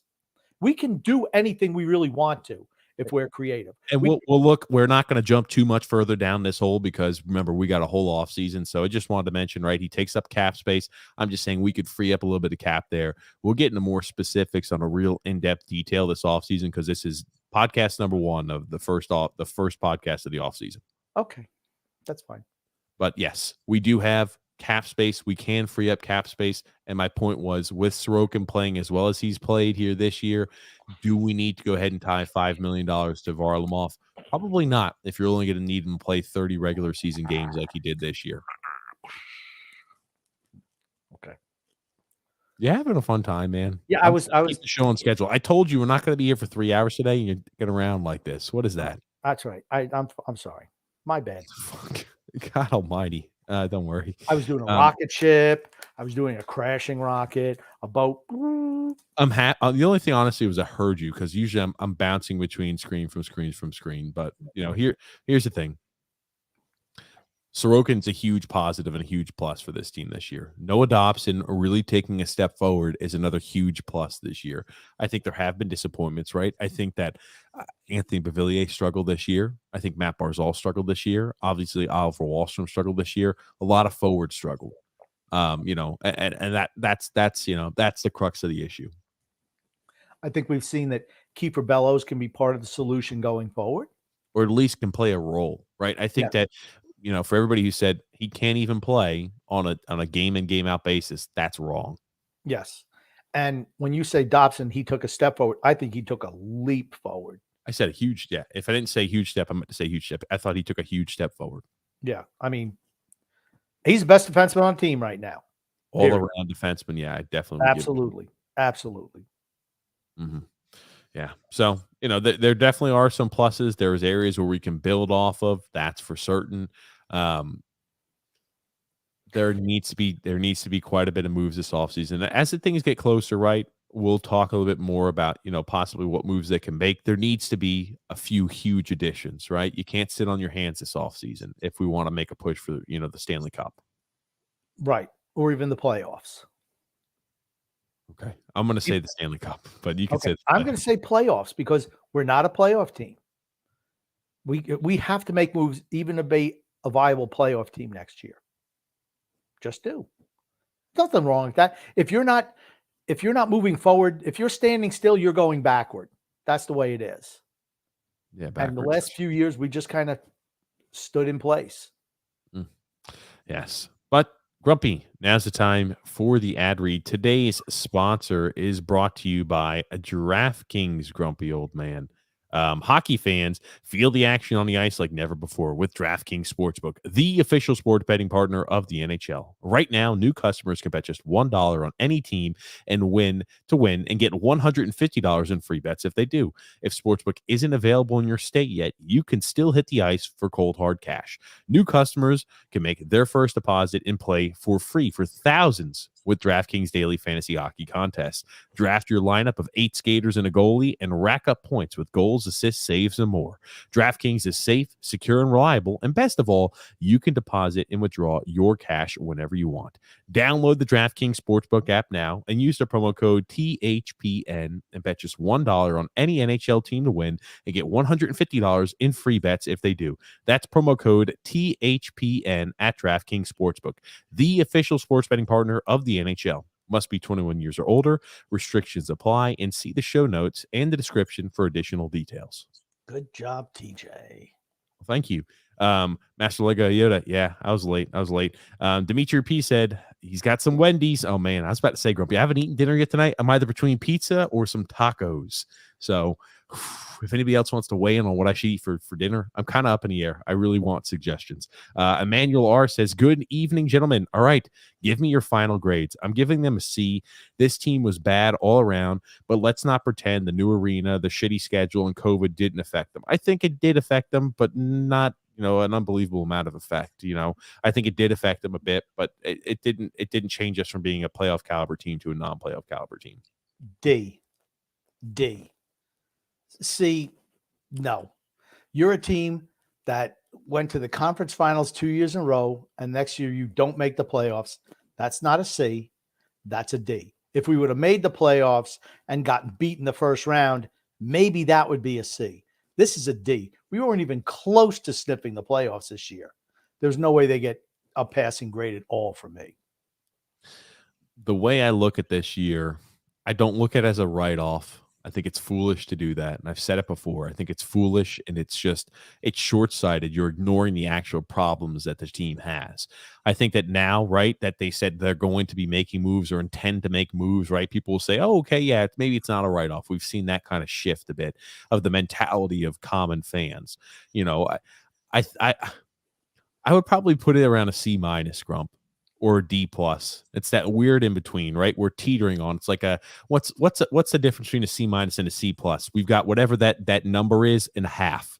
So if it's a 69 and a half, that differentiates between a D plus and a C minus. It's not good. It has been a failure. D. No pluses, no minuses. D. I'm giving them a D plus. We were dull, destructive, devastatingly bad. D. That's a triple D, Grumpy. D. The only thing that stopped me from being F is Montreal. They were an F. They went to the Stanley Cup Finals, and they were one of the worst teams in the league, maybe the worst team in the league. F for Montreal. We were a D. Yeah, and I think that's a full explosion. They're a team that's, still in the rebuild. I thought they caught lightning in a bottle. Here's the thing with the Islanders, it wasn't like it was lightning in a bottle. We went to Eastern Conference Finals in back-to-back seasons. Grumpy always used to say, there are extenuating circumstances as to how we got there. The bottom line is we made it to back-to-back Eastern Conference Finals, and this year we didn't make the playoffs. And you can't say, it's just like with Tampa. It's not. It's not like when Tampa was in 2016-17 season. Tampa Bay was a really good team. They were a fantastic team, again, who had injuries, and a lot of their core were in their mid to young 20s. That's just not the case with us. We're a veteran team in the 30s. Yeah, well, I meant to say why we're a veteran team. We're a team that shouldn't be affected so much by the ups and downs and the emotions of a year where a younger team can be. AF. Old as, put your own F word in there. Old as freak, right, Grumpy? Yeah, there you go. Oh man, oh man. Ponyboy Curtis says, boys. I so badly want to listen and participate live, but I'm at my friend's house before gathering. Have fun, Ponyboy Curtis. And he says, Minnesota and Florida in the cup this year. TJ and Grump, who are you all participating? Who you guys think he's going to win? Cast your predictions now. Oof. I mean, I'm going to wait until Wednesday. okay, we'll do it Wednesday. I was about to say I've got Get to a couple of games under our belt, but I'm going to tell you what Tampa Bay is going to be in the running. That much I can't tell you. That's fair. That's fair. I mean, technically, I guess we should have come prepared on who we think is going to win now, but I was so worried about the Islanders season. I didn't really have a chance to let it, the process in. Hey, we need to get prepped for the postseason. So I do apologize. Scott L saying, hey, what's up, Scott? Emmanuel Arce is saying pluses and minuses. Plus, Sorokin's a legit number one. Minus, Barry Trotz. I don't know what to say about Barry, but he was bad this year. Yeah, that's another minus. That's another minus this year. I think it's Barry Trotz. Yeah, he didn't have a good year this year. I would have liked if he would have handled Oliver Wahlstrom a little bit differently, but that's the way he always handles the young guys. Same thing with Kiefer Bellows. You've seen Bellows kind of come out the other side the second half of the season, and that's where I think some of the injuries that they had gave him some extended ice time. The fact that we didn't qualify for the playoffs gave us more of a chance to watch Kiefer Bellows. And I think you saw him step up. If I'm Kiefer Bellows, I'm telling you what, kid, get out there, work with a power skating coach all off season. That's the one thing he just needs to work on. Don't try to think you're Anders Lee. I know you're a better skater than him, but you need to get out there and try to improve your skating. And I think he should do that. I don't think there's anything wrong saying, you know what, he's got another, 6 inches on his stride when he comes back. Well, the funny thing is, too, you look at his production, right? He put up points this year. Yeah. 19 points in 45 games and averaged 11 minutes and 52 seconds of ice time a night. So playing bottom 6 minutes, playing minimal minutes. I'd say Matt Martin averages around that time period. So averaging the same minutes that Matt Martin did, the guy put up 19 points in 45 games. I'm not saying this guy's going to be the next, Gretzky. He's not going to be the next Messier or anything like that. I'm just saying he's a guy who can contribute, and you could have him on a cheap deal. He's a guy that can. You talk about cap and how to go ahead and stretch your cap. Getting a player like this headed in the right direction to where he can contribute point-wise the same that other players have that you're paying $4 or $5 million more than him. That's how you make your dollars go and stretch further. That's why I keep on saying it's so important to make sure you don't trade away draft picks. This way, your younger players on entry-level deals can afford you the chance to go after a big name in free agency, where right now we really don't have that option with so many guys under long-term contracts. And you look at the points too, right? He put up points against Carolina, put up down the stretch, right? Washington, Tampa, Florida in the overtime game. He's putting up points against, playoff contention teams. And, he kind of did pick up, his play a little bit as of late. But, it's just, he's a guy who I think can take a step forward. He's a guy who can, play as an every night NHLer. I'm not saying he's going to be a bona fide top 6 guy or anything like that. I think it'd be irresponsible to do that. But I think he's a guy who can play in every game role. He can play minutes, and he's very cheap and affordable. So you can target more of the top end talent that's out in free agency. You could make a guy like a Philip Forsberg fit on your roster. You can afford to sign the players that need to be signed to big money. He's an RFA this year, which is fine. How much money do you think he's really going to command? I mean, tops, what, $1.5 million? Something like that. It's not going to be not a whole lot. So that's a guy you definitely want to bring back. Sign him to a 2-3 year deal at that type of money. Absolutely.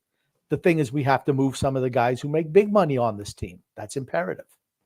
Yep. Shooter's Buck Hockey says, even though this season was a disaster, it will still suck to wait 5 months for the boys to be back. For certain it will. The most painful part will be if the Rangers make a deep run. I'm scared they will. I don't know. I think the Rangers are a little bit of a pretender. It's just how hot is Shesterkin going to be? Everything gets magnified in the playoffs. If defensive mistakes get magnified, and let's say Shesterkin's not seeing a ball like a beach ball out there, I could see them getting an earlier bounce than what people expect. Agreed. They're a good team, And I think they're a team that's headed certainly in the right direction. If you're a Ranger fan, you got to say, holy shit, even if we don't make a long run this year, this is much better than what my expectations were going into the season. And we've got the right coach and the right staff, and we're headed in the right direction. Gerard Gallant, remember, every single team that Gallant goes to seems to drink the Gallant Kool-Aid for a few years. Florida did it when they made a few of those playoff runs in the past. Vegas did when they made the Stanley Cup Finals. And now the Rangers, just like that, overnight, after they get rid of College Quinn, are now headed in the right direction. And they had the talent. And we talked about it, 2 years ago, about the talent that the Rangers had. Whose roster would you rather have? Remember? Yes. And we said Rangers. But here's the thing. That's what a good coach can do. And I think Barry Trotz is a good coach. Don't get me wrong. But Gallant, he struggled more this year. Yeah, but Gallant is a good coach for that type of team that the Rangers have. I was about to say, and as the Rangers kind of get older and as the Rangers start to mature, Gallant's not a guy who coaches more veteran-ish type teams. He's not. Yeah, he's really good. Who can really motivate young individuals and and put them over the edge. And that's where his hot spot is. As great as Gallant is, right? He's got a short, finite window where I think he's a very effective coach for them. True. Scott L said Bellows should be a fixture in the lineup next season. But do you think the Armadillo will keep shuffling him in and out of the lineup? It all depends if they move a couple of the forwards out. If they don't, you're going to see more of the same. I think that they will move a couple of forwards out. They have to. They have to understand that has to be done. Like I said, they're not stupid, even though we might say they are sometimes. They're not. They know. They know they have to move a couple of forwards out. I just hope that it's not the younger guys. Okay. I hope it's not the ones that could have a positive impact. Right. I mean, if you feel like you have to sacrifice Beauvillier, okay. But I'm not willing to sacrifice Wahlstrom at 21 years old or Bellows, who makes nothing at 24 years old. I'm not looking to move those guys out. Let me ask you this. Now, Bellows is only 23, I think. Let me ask you this, or 22. Let me ask you this. If Anthony Beauvillier has to be moved in a trade, he'll be 24 this next year. If Beauvillier has to be moved in a trade in order to get a guy like Chychrun or whatever, in order to address, our defensive, adding a top 4 defenseman, would you say you'd feel comfortable with a guy like Kiefer Bellows playing an elevated role next year? I don't think he's an Anthony Beauvillier type player. And what I mean by that is a guy who can drive a line because he's a good skater. And that's what Villiers does. Let's be honest. When he's hard charging and going into corners and using his speed, it makes everybody else on the line better. When he's not, the line doesn't move. So that's the risk of moving someone like that. But okay, go ahead. If he had to be moved to get a Chychrun, as long as you're moving another veteran off in that deal, I'm fine with it. You just said Beauvillier has to be, heading in all directions, motoring around to drive a line. Brock Nelson has a career year when Anthony Beauvillier struggles mightily. I'm not sure it holds as much value, that statement, as it did in the past. Yeah, I do. Brock Nelson doesn't drive a line. How do you explain Brock Nelson's career season this year? When he went to the net more this year. He was another perimeter Pete his whole career. This year, he went to the net more. He scored a lot of in-close goals this year. A lot. I thought he was more involved closer to the net this year. He's got a good shot, really good wrist shot. I mean, that's why he benefited, I think. And here's the thing too about Anthony Beauvillier.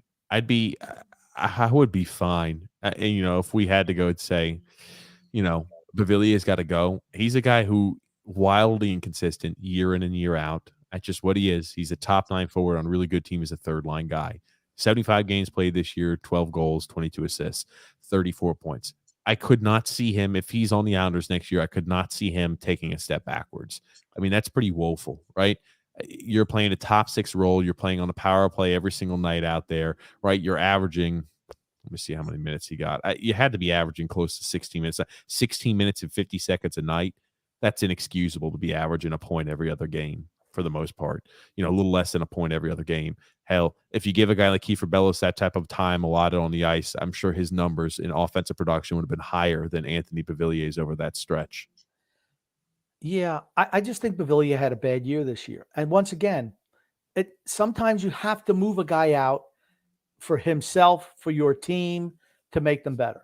Like when the Islanders moved Billy Harris and Dave Lewis for Butch Goring. I love Dave Lewis, and I like Billy Harris. I didn't love him. I liked him. But, and he was a solid producer for them. He was the first pick in the draft, his draft year. But you know what? At some point in time, to make the team better, to take it to the next level, maybe you have to move some of those guys. We don't have a whole lot of those guys, though, that are appealing to other teams. Beauvillier is one of them, though. Very little appeal. Anthony Beauvillier has so little appeal, it's not even funny. The guy's never cracked 40 points. The guy has, he's coming off of a year low. What type of value do you think Anthony Beauvillier realistically has? I don't think much. Around the league, I think more than you think. So what? If you were trading him for a pick, I'd say this guy goes for a second. I think he gets moved in a package deal. I think he gets moved in a package deal to get someone else on the team, not a pick. I think he does. I'm just saying to put a value on him, a draft pick value, right? Because sometimes you look at the trade deadline, they're traded for draft pick values. Anthony Beauvillier is not a guy who's going to get you a huge haul. He's never cracked 40 points ever in his NHL career. He's 24 years old. Okay. I mean, what, second round pick? If you're moving him for a pick? I'm just saying it's not a lot of value for a guy who's 24 years old, who's still got, I think he has young term on the contract. I think he has more value on other teams because his skill set is more beneficial to teams that are up and down the ice teams, not slog and grinded out teams like ours.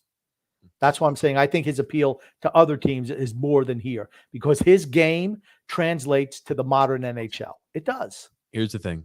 You're not going to have a lot of trade value for a guy who's never cracked 40 points, number one, and number two is coming off of one of the worst years he's ever had in his career. I think that's going to, you talk about trade value, right? When you trade a guy, we're trading at a low point for Anthony Beauvillier, and I just don't like the concept of that.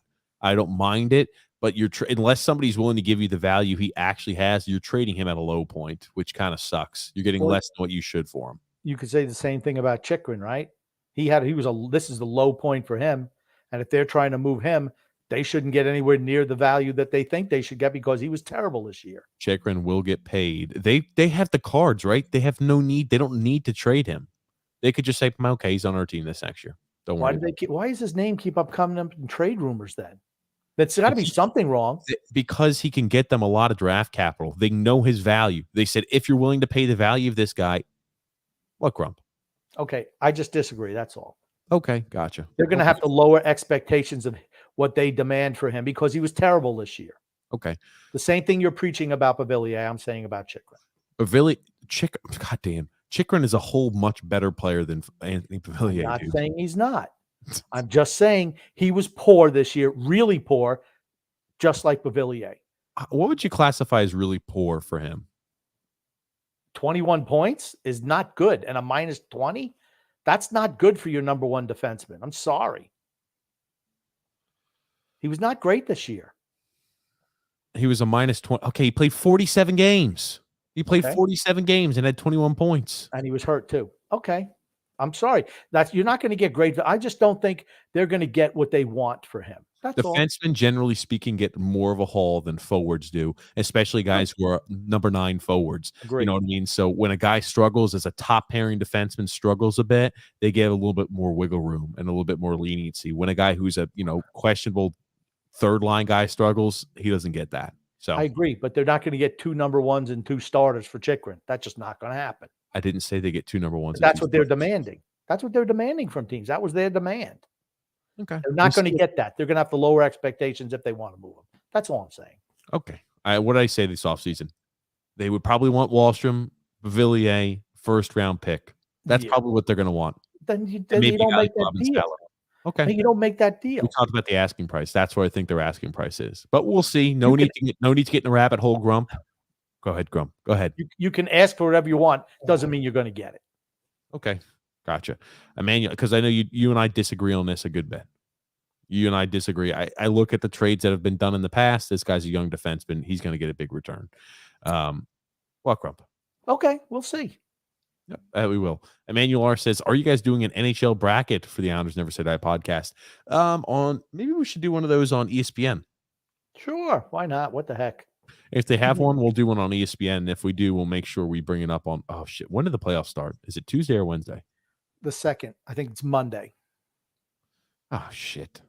God almighty. Friday. Well, you can even start after that. Just people. No, you can't. You can't submit it. They won't let you submit. I'm sure after like 1 or 2 games have been played for certain series, they won't let you do that.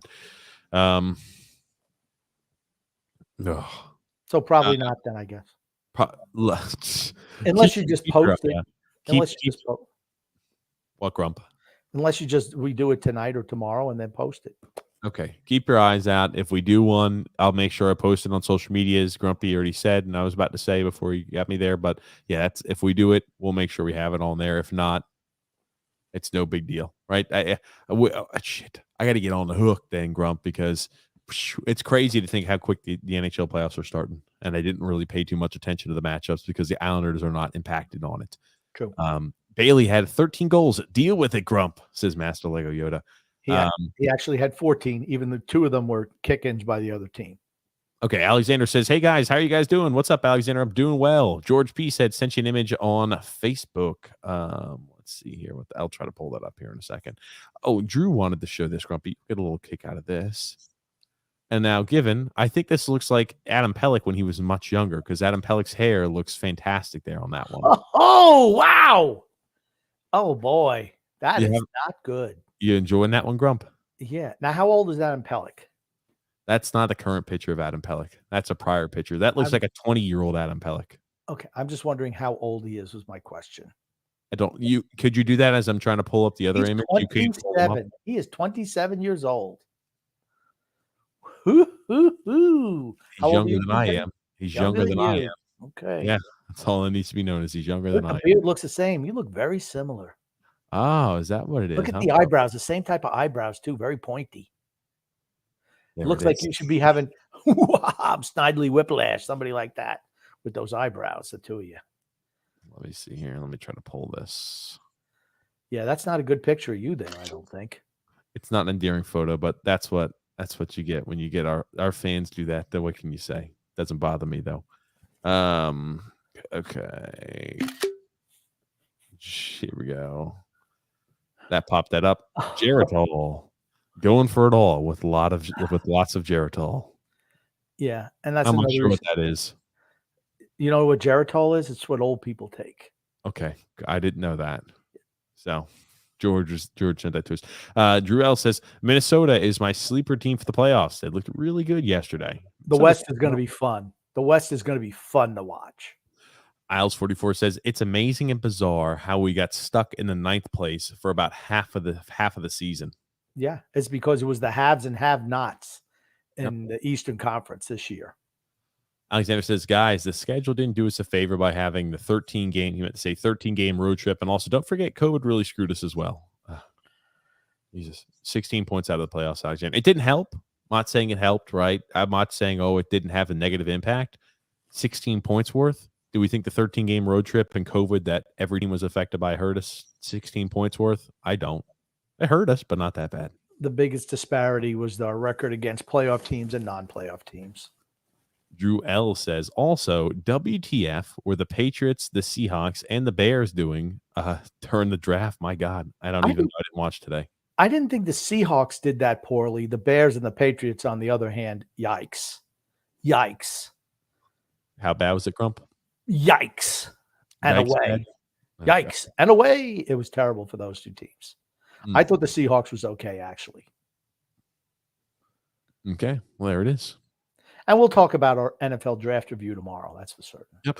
Alice 44 said, I'd be curious to know what Nelson's trade value would be after scoring 37 goals. I'm sure they wouldn't even bother to see what's out there. And see, that's my point of view.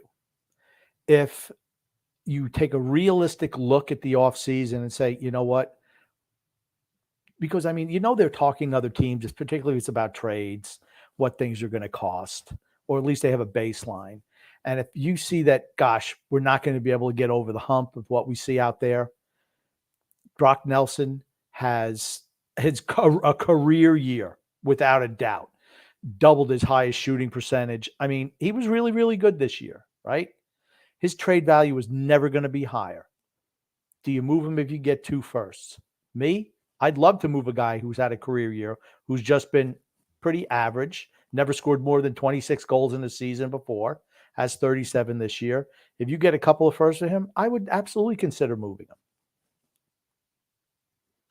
I don't know how you always make sure to find a way to put that type of twist on it, Grump. They're not doing that. I'm just going by what. Hold on. No, they said, what do you think his value would be? And you're talking about, I would do this, I would do that. Grump, we know the team's not doing that. Come on now. Okay. I would say the value of him, it's hard. It's hard to evaluate, wouldn't it? So hold on. I should just ignore the questions as they come up then? Because they're not asking what you would do. They're not, and we have I don't even know how you come up with the number 2 first, Grump. How did you get to that number? What type of scientific equation, mathematical equation did you have on that? 37 goals for a guy who's pretty good defensively and has really improved under Barry Trotz. That's the way I look at it. He's not finished, but he's a guy on a right team, could help maybe put them over the top. He's at, this is a career year for him. I don't know how much you get for him. I think a first plus. I don't know if it's 2 firsts, but they're not doing that. They're not trading it. So don't be but you realize that wasn't the question. He didn't ask what would your opinion be on this. What's his trade value? That means he's asking me what I think his trade value is. Trade value, maybe a first plus. I said you did that thing, Grumpy, where you start going there. You say, "This is what I would do because it was this, right?" He's coming off a year high. I would do this. It's not asking what you would do, Grumpy. You find a way to squeeze it in on Brock Nelson every freaking show because you hate his ass, and I like Brock Nelson. It just pisses me off, Grump. It rubs me the wrong way. Brock Nelson is not the problem on this team. I hope they trade Brock Nelson. He's not the problem on this team. I want him moved. And you've been opining all year long that he is. Oh, he always scores. You need me on that wall. He only does that. You want me on that wall. That's what I feel like, Grump. Because you're over here talking. You talk shit about him, even when he played well all year long. Oh, he scores garbage goals. Oh, he scores only against shitty teams. He only does this. What did I just say about him now? I said he had a career year. He went to the net more. He improved as a player. I said that. If he can get you 2 first-round picks, that doesn't mean he sucks. That means he played really well. He did have a career year this year. 26 was his highest goals ever. He had 37 this year, tied for the team lead in scoring. Okay? And he plays pretty good defense. That's a guy you could absolutely move and maybe get 2 firsts for him. Yes, that's what I say. And I would. Absolutely, you didn't ask what you would do in that, Grump.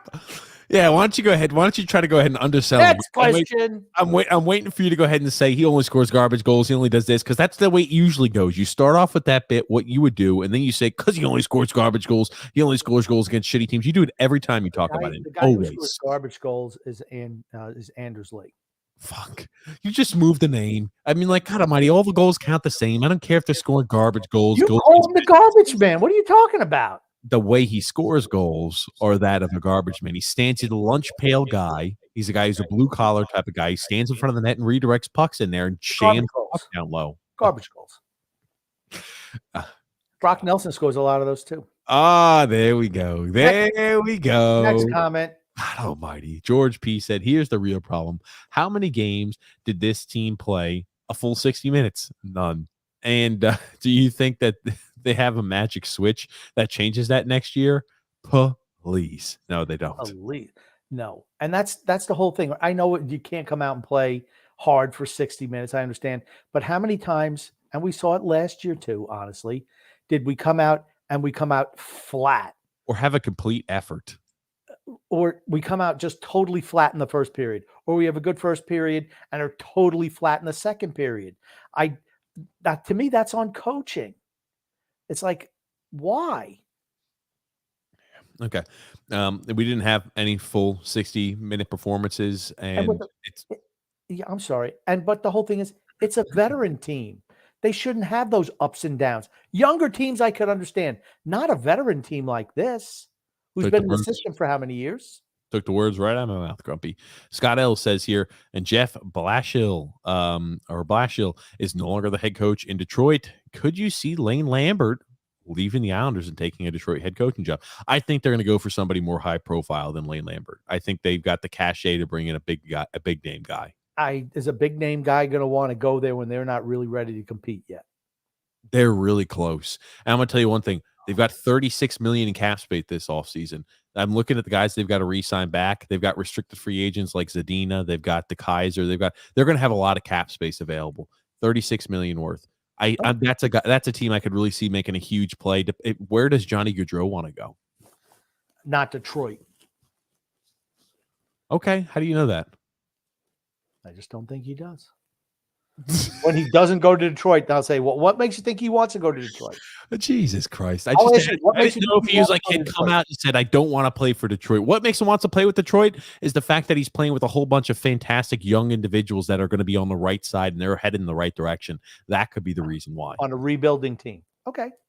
They're a team that is like 1, if not 2 years away from being a team that's in a playoff every single year for the next 10 years. On a rebuilding team. Okay. You know what I can't wait for is when Detroit next year is beating the living piss out of teams left and right after a fantastic offseason by Stevie Y. I'm just sitting here with a shit-eating grin on my face saying, how's that rebuilding team going, Grump? If they actually do those things, then I'll reassess. Right now, off season just starting. Just starting. That's why I'm making all these plans. I had these grandiose plans for the Islanders. Probably not going to come to fruition, but that doesn't mean I can't hope. Because you're Mr. Positive, right? You couldn't see. You think Johnny Gaudreau and Philip Forsberg both coming here. If they love Barry Trotz. I don't know if they can clear enough money, but if they could dump some of the deadwood and bring those two guys on, that makes us a contender for certain. And get Chychrun. If you get Gaudreau, Forsberg, and Chychrun, and able to get rid of Bailey and Lee and Nelson, hey, we're cooking with gas now. God damn it, Grump! I told you before. He's got the no. They're not trading him. Andersley. He's got the no trade clause. It's not happening, Grump, or modified, whatever the hell it is now. It's not happening. You give a guy a 7-year contract for $7 million per, and give him a no trade clause. Ugh. Next, oh my God, Detroit will be there, and I could see them enticing a big name guy to come there with veteran leadership. Detroit will be better next year. Mark my freaking words. They're going to be much better next year. You know who else is going to be better? Buffalo. They will be better. That's correct. So what do they be, sixth in their division again? Sixth? Yeah, that's cute. Drew L says, I honestly think that is a bad idea to trade. It wouldn't. No. It wouldn't be such a bad idea to trade Nelson. Thank you very much. Thank you, Drew. True knows. Don't try to change the words to fit your narrative. Read them as written, please. Oh my God. Yeah, Drew thinks it's a good deal, and I do too. Honestly. A good idea. Yeah, a good idea. Frank K says here, this is such a sour feeling. You saw everything wrong with this team in the third period. It looks like we saw Chara and Green's last game. This summer will tell all. Yep. Yes, and that will make us better with two younger defensemen for certain. Isles 44 says Grumpy is correct. They're terrible against good skating teams. Even 3 years ago, when they were a much better team, they were crushed by the Hurricanes in the playoffs. Yeah, teams that skate give us problems. Rich A said we have to hope like hell we caught lightning in a bottle or lightning in a barrel with William Dufour and Atu Ratu. Yeah, I don't. I read something. Dufour needs to keep work on his skating. Okay, that means he can't skate. Got to be able to skate. I think Ratu can, but he won't be up next year. He just won't. This is the way I look at it. He could be if he makes it and somehow finds a way to paint it in the NHL, which is always, it's a tough ask. You're going to have to. He's years away. And I say that as nice as possible, right? If you're not one of the fastest skaters in juniors right now, he's 20 years old, playing against kids ranging from 16 to 20, right? If you're not one of the fastest skaters in juniors, it means you're not going to be one of the fastest skaters in the A. Simple as that. And if you ever watch the AHL, what distinguishes the really good players that can make the jump to the NHL, the bad players is skating. If he's not the best skater in juniors, he won't be a great skater in the A. He won't be an adequate skater in the NHL. He's going to have to continue to improve skating. And again, I haven't watched any of his games for the St. John, or for where I know he's playing in the Quebec Major Junior Hockey League. Haven't watched any of the games. Can he continue to take those steps forward? That's always the big thing. I also believe that the Memorial Cup is being held there, so I think they're one of the teams that's going to be in it, which will be interesting to watch. Man, when you're scoring as many goals as he does, you'd hope that that the team is winning games.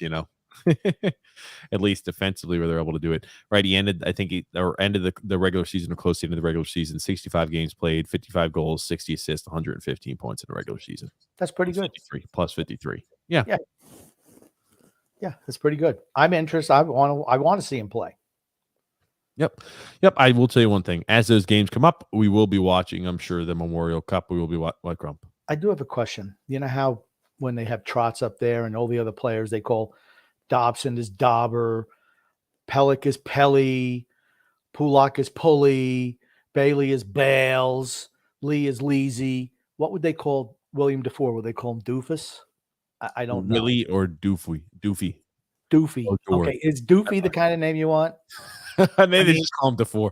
I don't know, Willie or something like that. That could be like an odd nickname. He'll have to have one that's like or like I don't know. He'll have to have an odd one because Doofy's doesn't really work. Maybe Will Do. Will do. You heard it here first. William DeFore's nickname, Will do. That's a good name, actually. Will Do. Yeah, it rhymes with mildew. George Peace. I thought, see, I'm positive. It means when you need to put him out there, he will do. He will score. He will do. Alexander said, I was so disappointed about this team. They underachieved the whole year. For certain it did, Alexander. And George P. saying, please stop this. What in God's name makes you think that we're going to get a trade? We're going to trade for any. We're going to trade any of this flotsam and jettison that we Jetsam. Flotsam and jetsam. That's the problem you have. You got to move some of the guys out to bring in new guys. Owls44 said, I think if we simply dump Chara and Green and swap them for Salo and Aho, that would make a big difference. They'd be faster and much younger. They need a veteran to be a top 4 guy. Well, I don't mind. Chikrin's not a veteran, but yeah, he is. He's played how many years in the league? Aho is older than Chikrin. But Aho hasn't played a whole lot of years in the NHL.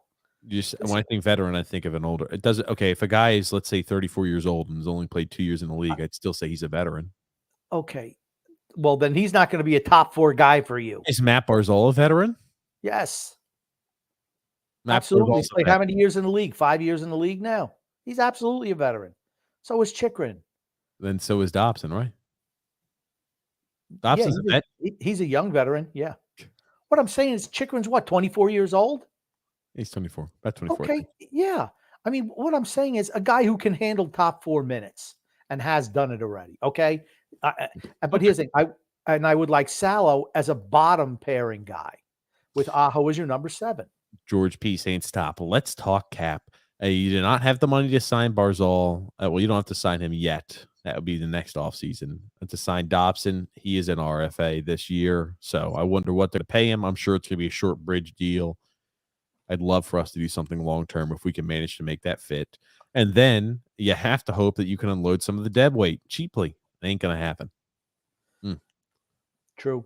George P. said, so this, well, if we get a top 4 and a top 6, how? Work out the dollars. It isn't going to happen. George P., if you were to go ahead and get rid of Josh Bailey, that frees up $5 million in cap space. If you were to go ahead and move a guy like Varlamov and you said, I don't need to pay my backup goalie who plays 30 regular season games a year, $5 million a year, you've cleared $10 million in cap space with 2 moves. I think Varlamov gets you value. If you move right, if you're getting a guy like Chikrin, you're probably, I would say they're probably going to want Beauvillier instead of Josh Bailey. Grumpy throws in the idea, give them both, right? That would free up that if you move all 3 of those guys, that frees you up $15 million in cap space, right? Between Varlamov, Beauvillier, and Josh Bailey. Are they going to do that? Probably not. There's ways they can do it. There's ways they can move guys. They have the ability to make cap dollars and expand the cap space they have. Will they do it? That's the question. Yes. 100% agree. I love when people are like, you guys don't understand the cap. It's not that George is not doing that, but I hear that a lot when we talk off season. People, and we'll have guests, oh, you don't understand the cap. You don't understand this. No, we very, very complex understanding and knowledge of the cap. You have ways to free up cap space. You can move guys like Bailey. You can move guys like Anthony Beauvillier. You can move Varlamov. That frees you up cap space. Are you willing to do that? Do you think that a backup goalie should get paid $5 million a year? I personally don't. Do I think a guy who plays 30 games, started 30 games, not even 30 games for us this year, does he deserve $5 million a year? No. I'd say not. Does a guy who is, a bottom 6 forward on a good team, who masquerades in a top 6 role, who was exposed in last year's expansion draft, does he deserve $5 million a year? Say probably not. Well, he only gets 4, though. Oh, you're talking about Bailey gets 5. Oh, yeah, Bailey. Yeah. I'm talking about Bailey. No, he was exposed in expansion draft. Yeah. So, I mean, like Bailey, those are guys, I think, right, realistically, Bailey and Varlamov are 2 guys we don't need to see any more of. Right. Simple. You could free up cap space that way. And you have 12 million going into the season too. Think about how shitty Georgiev was for the Rangers this year. Miserable. And again, he faced a lot of hard opportunities too. We don't leave our, goalies and our backup goalie like they're facing a firing squad. Shesterkin was damn good this year. Georgiev was awful, but they still were able to put up more points than the other team was scoring. So it didn't matter if Georgiev was playing poorly and letting in a lot of goals. They were scoring enough goals to keep up with that pace. And in the playoffs, right? You're not worried about playing your backup goalie. And that's why this 1A, 1B system may work well in the regular season. In the playoffs, you have to ride one goalie. You can't switch and alternate game in and game out. You ride your goalie. Sorokin is your goalie. Take advantage of the fact that he's only making $4 million a year. Your starting goalie, a guy who's a top 5 netminder in the league, only makes $4 million a year, right around $4 million a year. Take advantage of that. Get rid of the backup who makes $5 million. That's how you free up cap space. Yes. Andrew L says here, what about Travis Sanheim? He'd be a good fit and a legit top 4 defenseman. Yeah, I don't think he's that great. They need a puck mover. I'm not a big fan of Travis Sanheim. He's all right. I thought he was recently, maybe he wasn't. Oh, he plays for the Flyers? Oh, God, yeah. He still plays for the Flyers. I thought he was traded at the deadline. I don't know why I thought that, but yeah. Or I don't think the Flyers are willing to trade a guy to an interdivisional rival who is 26 years old on a team that's on the rebuild. Maybe if he gets good, he would be. That's a guy who's expensive. Their defense sucks. It does. Yeah. Brett W says, "Oh Lord, I hope Chara retires. I'd be okay if they make him a coach and work him with the defense at Bridgeport." Why would he do that? Doesn't need to. Does he have career aspirations to be a coach? I don't know. If he does, right, I'd love to have him on the coaching staff. If he wants to be a coach, that's all I got to say. Christopher C says here, Grumpy, a very important question. If you're a player and it's time for you to retire from the NHL, would you do it even though deep down in your heart you don't, because you grew up playing the game, it was a part of your life for years? Would you let somebody younger erase your legacy in the sport that you've admired? Be honest. I think you would have to come to the realization that you just couldn't do it anymore. And I think he knows that too. I mean, and I loved the way he played down the stretch. He did not quit like so many of the other players did. Barzal didn't.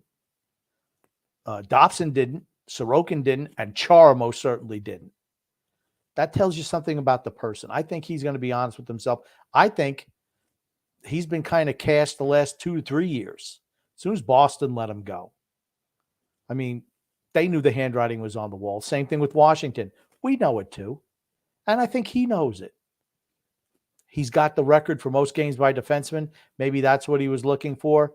But if he objectively looks at it, or if you objectively look at it, you realize you can't get the job done anymore. Yeah.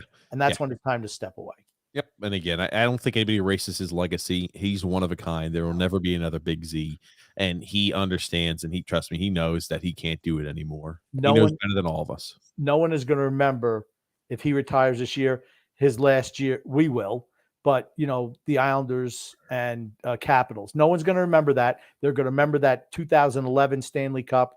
They're going to remember him as being the dominating force out there all by himself, able to stop teams. Yeah, and we got a lot of comments to jump through here, so we're going to have to do this quickly. Brad C says, who are the 3 stars for you this year? I've got Sorokin as 1, Dobson is 2, and 3 is Brock Nelson. Or actually, no, I'm gonna redirect that. I put Brock Nelson 3. That's fine. That's whatever. The only reason I put Dobson higher is because of the monumentous step he took. Oh, Dobson was certainly a higher star than Nelson, but I would give Nelson number 3 star. Yes. There we go. Robert C says here, and we get a top 4 defenseman, top line winger for Barzal in free agency, and bring in Bodie Wild, have Green and possibly Chara come back to play as a 7th defenseman to help Wild. I love that picture. I love the picture. Bodie Wild, Grumpy. Remember, we've got to go quick, Grump. Got a lot of comments to get through. We're already at 2 hours, but we're at a time period to where Bodie Wild played in the second Swedish Elite League. So he didn't play in the Swedish Elite League. He played the league underneath it. And he wasn't even a top line guy every night for them. Bodie Wild has got a long way to go before he's ready, unfortunately. And I think Chara and Green are both retiring. True. And it'll have to be a legitimate top 4 defenseman. Flumpy Scump saying, hey guys, the Scump won his first football game. Give me a hell yeah. Well, hell yeah there, Flumpy Scumpkin. Or Flumpy Scumpy. Alice44 said, what is their record this year without Pelech? He missed, or with and without Pelech. Pulak, I'm sorry. He missed 26 games. You'll have to give me a chance. I'll have to write that down. Yeah, we'll look it up. I'm going to bet it's about the same as what it is now. Nothing different, honestly. Virtually doesn't mean that our team is better without Pulak. If it is, that's the case. He is an important and valuable member of the team. So it's not like, I would assume it's probably a better record just based off of how we started the year. And he got injured kind of like midway through. Alexander says that was a hell of a move by Bailey, but he still sucks. True. Alice Ford first said, I'm trying to catch some flies with honey, he says. And TJ, how about that no-hitter yesterday by the Mets? Yeah, the cumulative no-hitter. Gotta love it. Yep. I hope Lou trades his ass. Oh God. Yeah. I worry about him. Can he go ahead and construct a team as needed with the trades the offseason? That's a whole different question. I think he was talking about Bailey, trading Bailey. Oh, hope he trades his ass. Okay, Bailey. That's right. That's correct, Grumpy. Paulo C said here, the 3 stars this year were Sorokin, and maybe Dobson. No forwards. I'd maybe give Nelson. No, I give Nelson. He had a career year. I give it to him. Alexander said, Grumpy, I'm sorry, I disagree with you about Eberle. Eberle flourished with Barzal. He was a fit with Matt Barzal. True, he was, but he was 32 years old. He wasn't going to get any better. How did he look for Seattle this year? 44 points. And he started off really, really hot. They had to get rid of salary cap money. No problem there. Alice 44 said they need to dump Bailey. I agree. They screwed up his development by bringing him up so young and being stuck on terrible teams. At the end of the day, it's on him. But he's a bit of what it is for me. Yeah, he's an underwhelming. He's a bit of a what if. I'm sorry for me. He's a complimentary piece on a good team. He's a good third liner. Yeah. Solid citizen. George P said, just going to have you mail it to me, Grump. Well, that's one way we could do it, to mail the envelope. I feel like it'd be fun. I don't care. You can mail it to me, Grump. We could figure it out. Yeah, we can do that. Yeah. Scott L saying here, Pajot will have a bounce back year next year. I think he can have a little bit of bounce back. I think towards the tail end he played better. How much of a bounce back? I'm not sure. But I hope he plays like the Pajot we became, infatuated with and love, that, plays with his hair on fire and is aggressive and fights and stands up for every inch of ice that the team has. And you do realize he was our third highest goal scorer this year too, 18. Okay. I wouldn't have said, I was shocked. Oh, he has 18 goals. I didn't know that. He scored a lot towards the tail end. Yeah, a lot of guys did.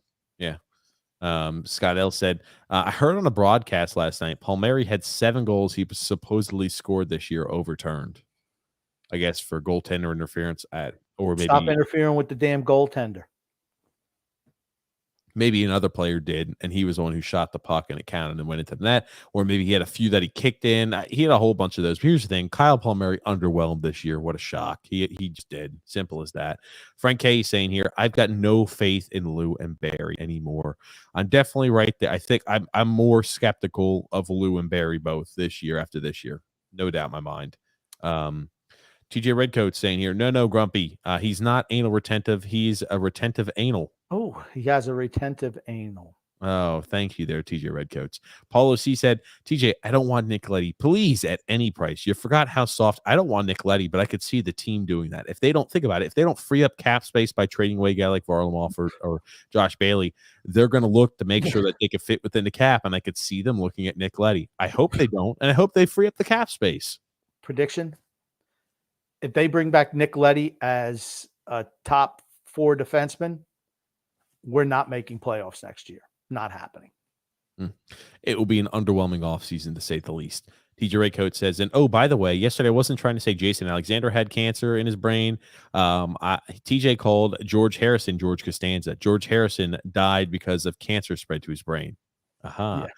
Varlamov is going nowhere, says Frank K. That's right. I don't think he's going anywhere, but just think about it. We're paying a guy who plays 30 games a year, $5 million. We're paying him over 6% of the cap, and he plays not even freaking half of the games every year.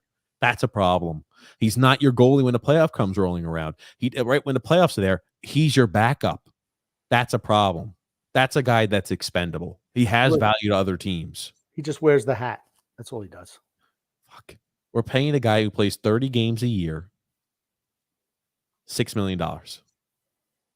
Gotta freaking love it. Or is it 5? 5. Okay, we're paying him 5. Keep jumping it up. $7 million, $8 million. We're paying him $5 million a year. George P said, "TJ, you suck at math concepts. $5 million when you have overpaid most of the average players is a lot." Yeah, no, I'm saying you could free up cap space like that. I'm not sure. Maybe that's from earlier. SP said, watching Wallstrom talking about tough love and the like, you can tell he's not happy at all. And what Barzal says makes it seem like I'd love to say, but Trotz needs to go. Yep. Yeah. Frank saying, what's up? What's up, Frank? How are you? Jack W saying, hey guys. So who do you think will be captain after Anders Lee? Matt. Should be Matt I don't even Barzal know. already. If Barzal re-signs with the team, it should be Matt Barzal anyway. I could see Pelech being captain before Matt Barzal. I really could. Okay. Is that weird to say? You can say whatever you like. It's a free show. Okay. The Cousin Mo says here, I'm just excited to see Ratu and DeFore, honestly. Yeah, I'll be watching that for him. Bridgeport playoffs on the way, as well as some, again, junior playoffs. You love it. Paulo C said, I forgot about the overtime games. Look at Sorokin's record compared to team's record, or compared to the team record. He finished 26 wins, 18 losses, and a 9-5 save percentage with 7 shutouts. He was fantastic. Yep. Absolutely fantastic. And Nick D said here, Nick D, you missed the opening. You'll have to go back and look at that earlier. Grumpy opened up his predictions. He says, TJ Grump, how you doing tonight? Doing well. Hopefully you are too, Nick. Mario says, isn't it interesting that fans blame COVID-19 for bad season, but never credit COVID-19 for the 2 trips to the Eastern Conference Finals? Mario, do not bring up cognizant and well thought out points, because that could upset the apple cart, my friend. I'm kind of like those fans. I don't blame the COVID-19 for the bad season, but I absolutely credit COVID-19 for the 2 trips to the Eastern Conference Final. Yep. So here's the thing, right? I think that it did have an impact, just because we were not in a playoff position when COVID-19 hit the first time we made it to the Eastern Conference Finals. It's as simple as that, Grump. True. SP said here, I give us a straight up F. We came bottom 7. And got a good draft pick. You know, I'd give him maybe a D or a D plus. But the fact that we played out of a good pick at the end is just so sad to watch. I'll stick with the D. Nick D saying here, except for Philly, every team that we beat in the playoffs in the past 3 years are in the playoffs, and we're not. D minus. Yeah, I guess, you know, when you say it's Stanley Cup or bust and you don't make the playoffs, I guess that would be called an F, right? I'd say it's a D. Well, they're probably looking at D plus. That's why I put it at. And we lost many in a row and couldn't win a few in a row. We only run a few in a row rarely. Yeah, we didn't really go on any long winning streaks. We did right before the trade deadline, and that was it. Frank K said the Islanders get an F except for goaltending. Brock Nelson, Dobson, and Lane Lambert. Lou and Trotz, you're an F. Terrible job by both. I'm sure Grumpy would agree. SP said, Grump, I'd say Montreal is better off than we are because, you know, because they get a worse pick. They get a better pick at 3rd overall and also have some young guns. This season was a complete and utter failure on all fronts except Sorokin and Dobson. I agree. In the long run, Montreal has a better roster than we do with the youth on that team. Yes. JK said here, we were just not good. We were just not good. A good team this year and the previous last 3 seasons as well. We just overachieved the last 3 years, and we played to our expectations this year. Agreed. So taking the standpoint of we weren't a great team, we just overachieved, and this year we just played to what the expectation should be. Gotcha. Paulo C said Grumpy Vegas with a big freaking F. Yes. Agreed. Big F, and especially with the trade they made, and just flopped right on its face, giving up what they gave up. I mean, that's close to an F- for Vegas this year. That's an F. That they failed. They gave up young, talented players that are the future of that team. They gave up Alex Tuck and came out with a worse winning record after they traded for Jack Eichel than what the Buffalo's record was when they acquired Alex Tuck and Peyton Krebs. Yeah, I'm going to give Eichel a mulligan for this year since he was a year and a half out from playing with the injury and going to a new system. He gets judged on next year. But it was a bad year for Vegas. I mean, you make a trade like that and you don't make the playoffs after going to the Western Conference Finals, I give him a D. Okay. Dobson. Yep. He definitely was a big plus. Teacher Rico says, I think this team plays better when they have low expectations. True. I do agree with that. When they're kind of down and out and people don't expect much from them, they do play better. D-, says Frank. New York Rangers Mike says Tampa versus Calgary in the finals, and Tampa Bay will win the cup. That'd be fun. A fun series. Wouldn't it be fun to watch? Yep. I'm picking Tampa to three-peat, says Brett W. That'd be, it'd be nice to watch. SP said, my bracket has a Stanley Cup Finals match of the Avalanche versus the Panthers, with the Avalanche finally winning the cup. I don't know if the Avalanche are tough enough, if you know what I mean, win a cup. I don't think they're playoff type of team. I think tough enough is a good way to put it. They don't have a lot of meat on the back end. They remind me of Tampa 5 years ago. They need some grit. Alexander says Brock Nelson's the next man up for the C if he sticks around. No freaking way. Joseph C said, I know Tampa is battle tested, but I can't see them making 3 consecutive deep runs in the playoffs. Maybe to the conference finals, but not win another cup, says Joseph. Well, they should be so exhausted because they played that extra round the last 2 years, and they shouldn't even have made the playoffs. They've had shorter off seasons, and they've been playing an extra week to 2 weeks longer than we have the last 2 years, and now they're going to have an even longer year this year. I don't know how they have enough gas left in the tank. How is it possible, Grump? I don't even know how they made the playoffs. That's right, because when you get to that deep in the playoffs, you make it to the Eastern Conference Finals in back-to-back years, you get less time to recover in the offseason, and it's just impossible to continue to head on that track. Impossible, Grump. Another excuse. Robert C. says here, I have very little faith on either of them. It has to change quickly or else. Talking about, I'm sure, Lou and Barry. Yeah. Does Parise come back next year? He's signed to an extension, Scott. So, yeah, he's coming back. He's played well. I don't mind him coming back. He's got that 1-year contract going back. But, yeah, so he'll be with us next year. Brett W. says, I think Bellows can eventually be a consistent 25 goal scorer. In the right situation, yes. If he plays top 6 minutes for an 82-game season, that's a guy who can put up 20, 25 goals a season. No doubt in my mind. Frank K says here, the Wings will either hire John Tortorella or Joe Quenneville if allowed. I can see them going after Quenneville. I really could. Oh, man. Talk about a fit. If they allow him. Yeah, Nick D said, New York Rangers, Mike. The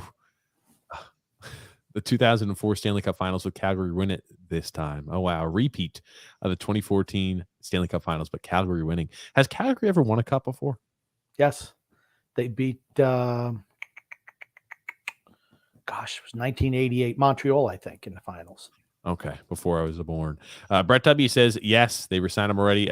We got here Frank Hay saying, no, under youth killer Barry Trotz, Bellows won't sniff 10 goals. He had 9 goals this year, but yeah, think about that. Playing bottom 6 minutes.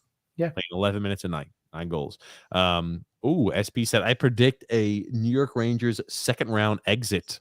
That would not surprise me. Nor would I. Nick D said, which Canadian team has the best chance to go as far as they can? I say Calgary. I think Calgary. Yeah. Calgary for certain. Frank says, yeah, it seems like Lou wants to spread the money out to everybody almost evenly. He has overpaid so many guys. Unfortunately, you have to have cheaper guys on the bottom of your roster, and the better players get the lion's share of the cash. Spreading it out, having a whole team of third liners does not work.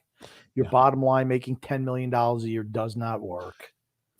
Frank K saying the Rangers will beat the Penguins in 5 games. Mm-hmm. Yeah, I'm interested to see how Tristan Jarry plays this postseason. Yeah, Rangers get exited out first or fast in the first round. Okay, got you. Rangers win. I say 6 Ranger wins. six Rangers, they're going to win the series in 6 games. The Rangers aren't losing to the Penguins. Yeah, I was about to say, I think they're going to beat the Penguins, but it should be a close series. Frank Hayes said, where's the goaltending coming from for Pittsburgh? Neither guy is reliable, talking about Tristan Jarry. Louis F. saying Penguins in 6. Paulo C saying here, Colorado will go to the finals because they've lost enough, or will go to the finals because they lost enough. I see something in them this year that I didn't see before. The eye of the tiger. Eye of the tiger. Colorado's great for certain. They are. Got to trade number 18, Anthony Beauvillier, says Rob G. Yeah, if he's got value and they don't lowball you on him, I have no problem moving him. Pittsburgh, they are not going to do well against the Rangers, or they didn't do well against the Rangers or the Islanders. And Rangers will make it out against the Penguins in 6. Based on what goaltending, their defense is terrible too, talking about Pittsburgh. Mike R, they're saying the only team that might have a chance to beat Tampa is Calgary. Calgary can score and at the same time play the defensive system. That's why Daryl Sutter, who's won 2 cups with the Kings. He's a really good coach. For certain he is. He brought his system into Calgary, but didn't just restrict them from scoring. He tailored his system to fit the players he had. That's what really good coaches do. Frank K said, if the Islanders start out horrible, or they start horrible out of the gate, then fire the 2 dinosaurs, or you're facing 8,000 to 9,000 a night in UBS Arena. They're both going to see out the whole year. Shit. George P said, who's buying season tickets after seeing this? Hey, it only increased $1. When a team came off of back-to-back Eastern Conference Finals, hey, we're only going to see $1 increase after we didn't make the playoffs and finish 16 points out of a spot. Alexander said, you can move Beauvillier and add a piece to either the defense or the top line, include him in a package. Yeah, I think he's a package type guy. Rangers Mike says here, Tampa Bay in 4 or 5 against Toronto. Rangers in 6 over Pittsburgh. Boston in 6 over Carolina. Wow. Boston over Carolina. I think Carolina's beating Boston. Carolina absolutely owns again. Boston's not a team that's fleet of foot. Carolina's dominated them all year. We could do this, right? I think Tampa beats Toronto. Wouldn't you say that, Grump? For the first round, I think the Rangers are beating Pittsburgh. I'm not sure in how many games, but I think they do that. I think Carolina beats Boston. Yeah, Florida beats Washington. Ooh, St. Louis or Minnesota, Grump? Who do you that's going to go 7. And I want to pick St. Louis, but man, oh man, they're really evenly matched. I think Minnesota, because it's the first time they struggled a bit. I mean, first time in a while. They were in the playoffs last year, but they got bounced in the first round last year, right? Yeah, I believe so. Actually, I'm going Minnesota. Right, Husso, can he continue to keep it up? Bennington, probably not the same. I'm going Minnesota. Okay, you got me. I'm Minnesota. Ooh, I've got Edmonton over the Kings. So do I. Edmonton over the Kings. I'm putting Colorado over the Predators. So those are our predictions for the first round of the playoffs. Paulo C, and then Calgary. Yep, I got Calgary over Dallas as well. Yes. Paulo C says here, TJ, first thing, Beauvillier is a 24-year-old left wing. He'll be 25 to start the year. Second thing, he is our best left wing going forward. He has nothing to do with Nelson because he's 30 years old. He's a center. So because of this, I would trade Nelson. And he's got greater value than Beauvillier as well. He does. Yeah. I don't know. Beauvillier is just so inconsistent. That's the issue with him, right, Grumpy? Say that again, TJ. I'm sorry. I said Beauvillier is so inconsistent. I think that's the biggest problem with him is the consistency, right? It's not like he's a guy who's 20 years old or 21. He's still entering vet in the league territory. Yeah, but he's only 24. Okay. Yes, and he is streaky. He is. He's if you put him 5 years with the Islanders, to me, if he goes to a team like Calgary, he's really good. He's 50, 60 points a year. The teams that skate, he'd be really good on those teams where he didn't have to worry about being a grinder type. The guy, they let him play offensively. He'd be much better on a team like that. I'm sorry, I said fifth. This is his 6th year in the NHL. I'm sorry. Inconsistent. I brand him as inconsistent. He's no longer young. He's played since he's 19 years old in the league. He's 24, about to be 25. Hold it. I'm sorry. Yeah, he's 24 years old. 24 years old in 326 days. You've inconsistent. Sorry. He's got the brand for me. You got to prove it. You got to prove me wrong at this point. Been in the league 6 years. George P says 2 number ones. Islanders Kool-Aid think we'll get that for Josh Bailey. No. I don't. Josh Bailey, honestly, second round pick on a contender. If you moved him at the deadline, that's what I think you could have got for him. I don't know why they didn't do it. Rangers Mike saying here, Tampa Bay and Calgary in the finals. I got Tampa Bay winning in 6. My sleepers this year, the Rangers in the East and St. Louis in the West. The Rangers will advance until they meet Tampa in the East. The Rangers Tampa beats the Rangers in 5 or 6 to go to the finals. I think the Rangers have actually played Tampa really good this year. I think they've had a winning record against them. They have. The playoffs are a different animal and a different beast. So having that little bit of experience, I think, really does matter for them. And Frank's saying, how did they get 3 superstar forwards? They know fantastic drafting. They know how to draft. 2 guys were in second rounders. I thought Braden Point was a 3rd round guy. Okay, maybe he is. Wasn't Kucherov a second rounder, or was he a first rounder? Oh, Kucherov was a later pick. Let me see. I know that Stamkos was number 1 pick overall when he came out, and maybe Point was a 3rd rounder. Braden Point, 79th pick in the draft, so he was a 3rd round guy. That's a 3rd rounder, yeah. I thought Kucherov was also a later pick too. I thought he was a 2nd for some reason. I want to say he was a 2nd. Not quite sure though. It was a while ago. But bottom line is, you're getting great value on potential Hall of Fame players later in the draft. He was a late 2nd round pick, 58th overall, Nikita Kucherov. There you go. Yeah, man, oh man. The Islanders drafted Johannes Sundstrom at number 50, 8 picks before that. So, but yeah, he was late 2nd round pick and a 3rd round pick. Yeah. Paulo C says here, Beauvillier has an you right? Yeah, I got bit by something today. Oh. It's hurting the back of my neck. Beauvillier has an upswing because of his age. Nelson doesn't. So you need to get younger, not older. That's why he's recommending trading Nelson instead of Beauvillier. I'm just saying Nelson's value is never higher than it is right now. Yeah, they're going to go for a cup this year. They're not trading him. Helen Yeller says here, I think the Penguins win in 5 or 6. What do you guys think about that? I don't know. That's going to be a tough one to predict because Pittsburgh knows how to win in the playoffs with Crosby and Malkin and Letang, and the Rangers are neophytes. Shesterkin's playing every one of those games. It's not going to be Georgiev and net. So, I think the goalie advantage goes to the Rangers. I think, forwards, I think might be slightly in favor of the Rangers. Defense is, I think, kind of a toss-up. Mario says here, obviously playoff experience goes in favor of Pittsburgh, though. Mario says it is no coincidence that Barzal and Beauvillier struggled this season. Don't forget that even Ovechkin and Backstrom also had down years with Barry Trotz. True. Yeah. Rob G said he likes the Penguins over the Rangers. The Islanders and the Rangers beat the Penguins a lot. Yeah, those interconference games are tough. We were 1-2-0 against the Penguins this year, but usually we play pretty well against them. I like the Oilers for the Cup, says Helen Yeller. I could see him making a run, but I'm not sure of the Cup. No. Frank here saying it will be interesting to see what the Islanders do. The Islanders do. They better do like the Jets did in the draft. Have a great draft. Jets had a great draft. Yeah, absolutely. Yep. Helen Yeller thinks Zach Wilson is going to be a bust, but that's just her. I don't know. Too early. Too early is right. Rob G says here the Islanders just need one dynamic goal scorer. I think they need 2. At least one, and a top 4 defenseman. Frank says no way. He's the real deal. Talking about Zach Wilson. I agree. I think he's got real talent, but you got to wait to see. Paulo C said, watch out for Boston. They're going to beat Carolina because of their top line, and the power play is very good.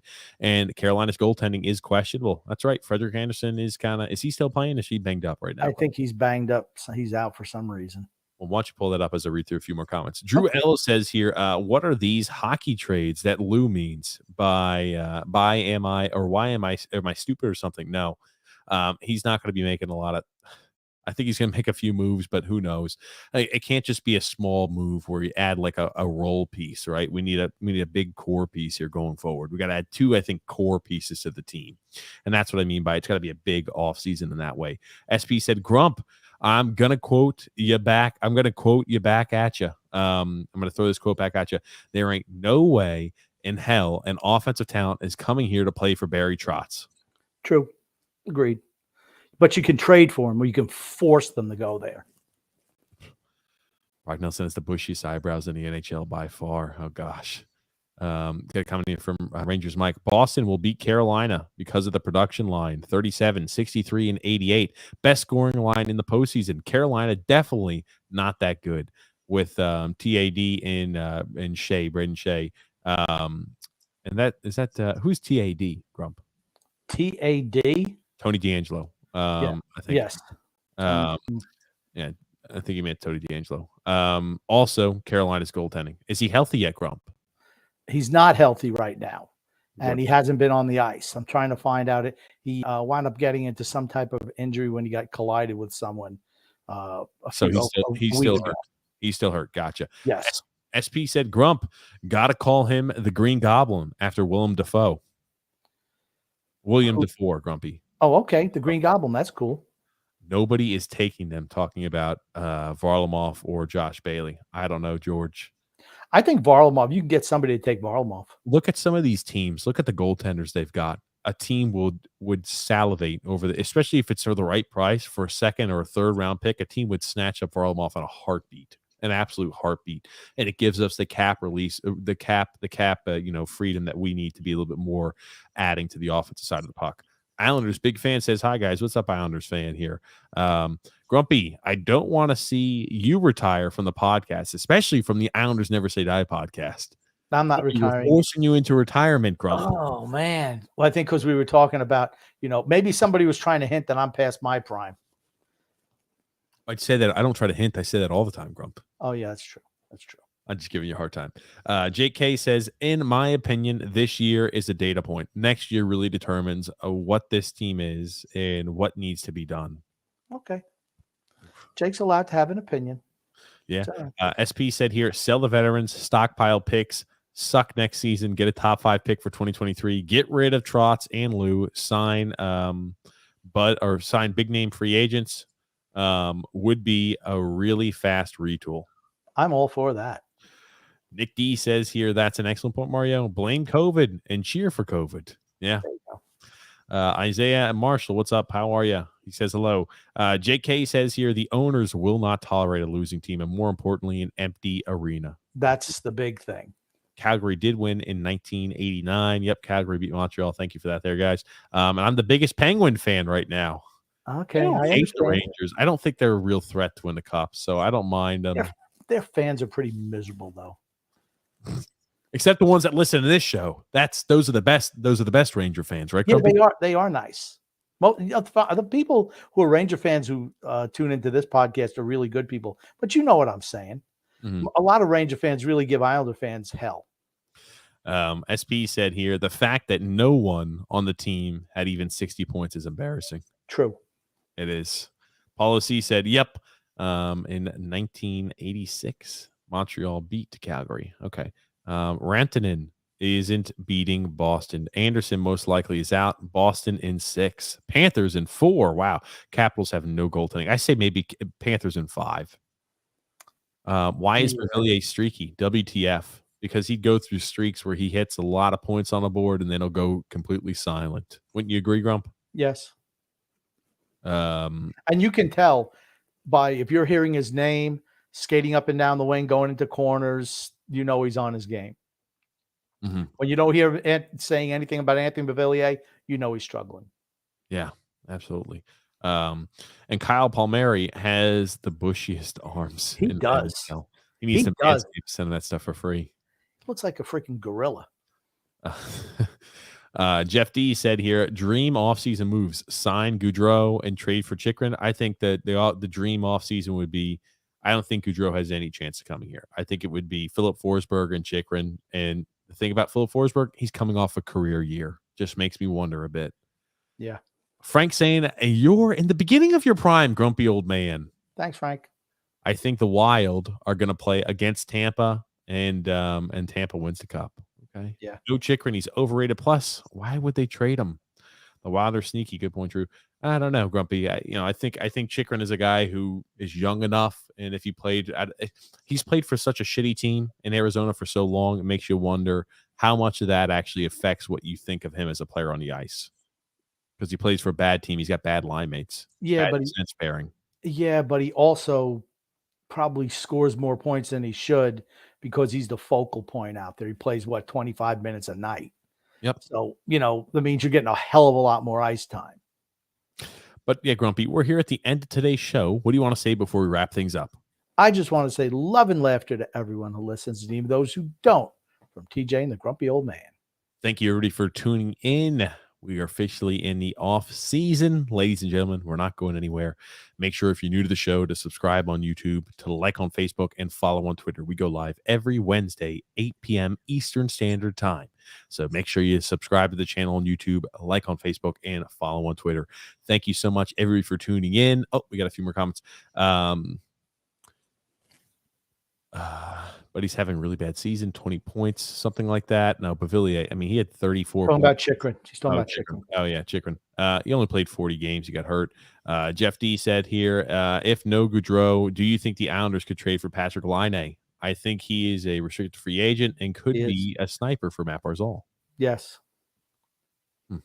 But why would Columbus let him leave?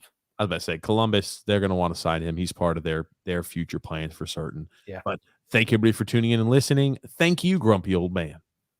No problem. My pleasure. Tomorrow night, listen to TJ and Grumpy Old Man show. We're going to have an NFL draft review, maybe some fan fights. I didn't know we were doing that, Grump. That's news to me. Yes, you could find TJ and the Grumpy Old Man's podcast. It is a sports podcast. We talk all sports all the time. Happens every Thursday, 9 p.m. Eastern Standard Time. Every Sunday, 8 p.m. Eastern Standard Time.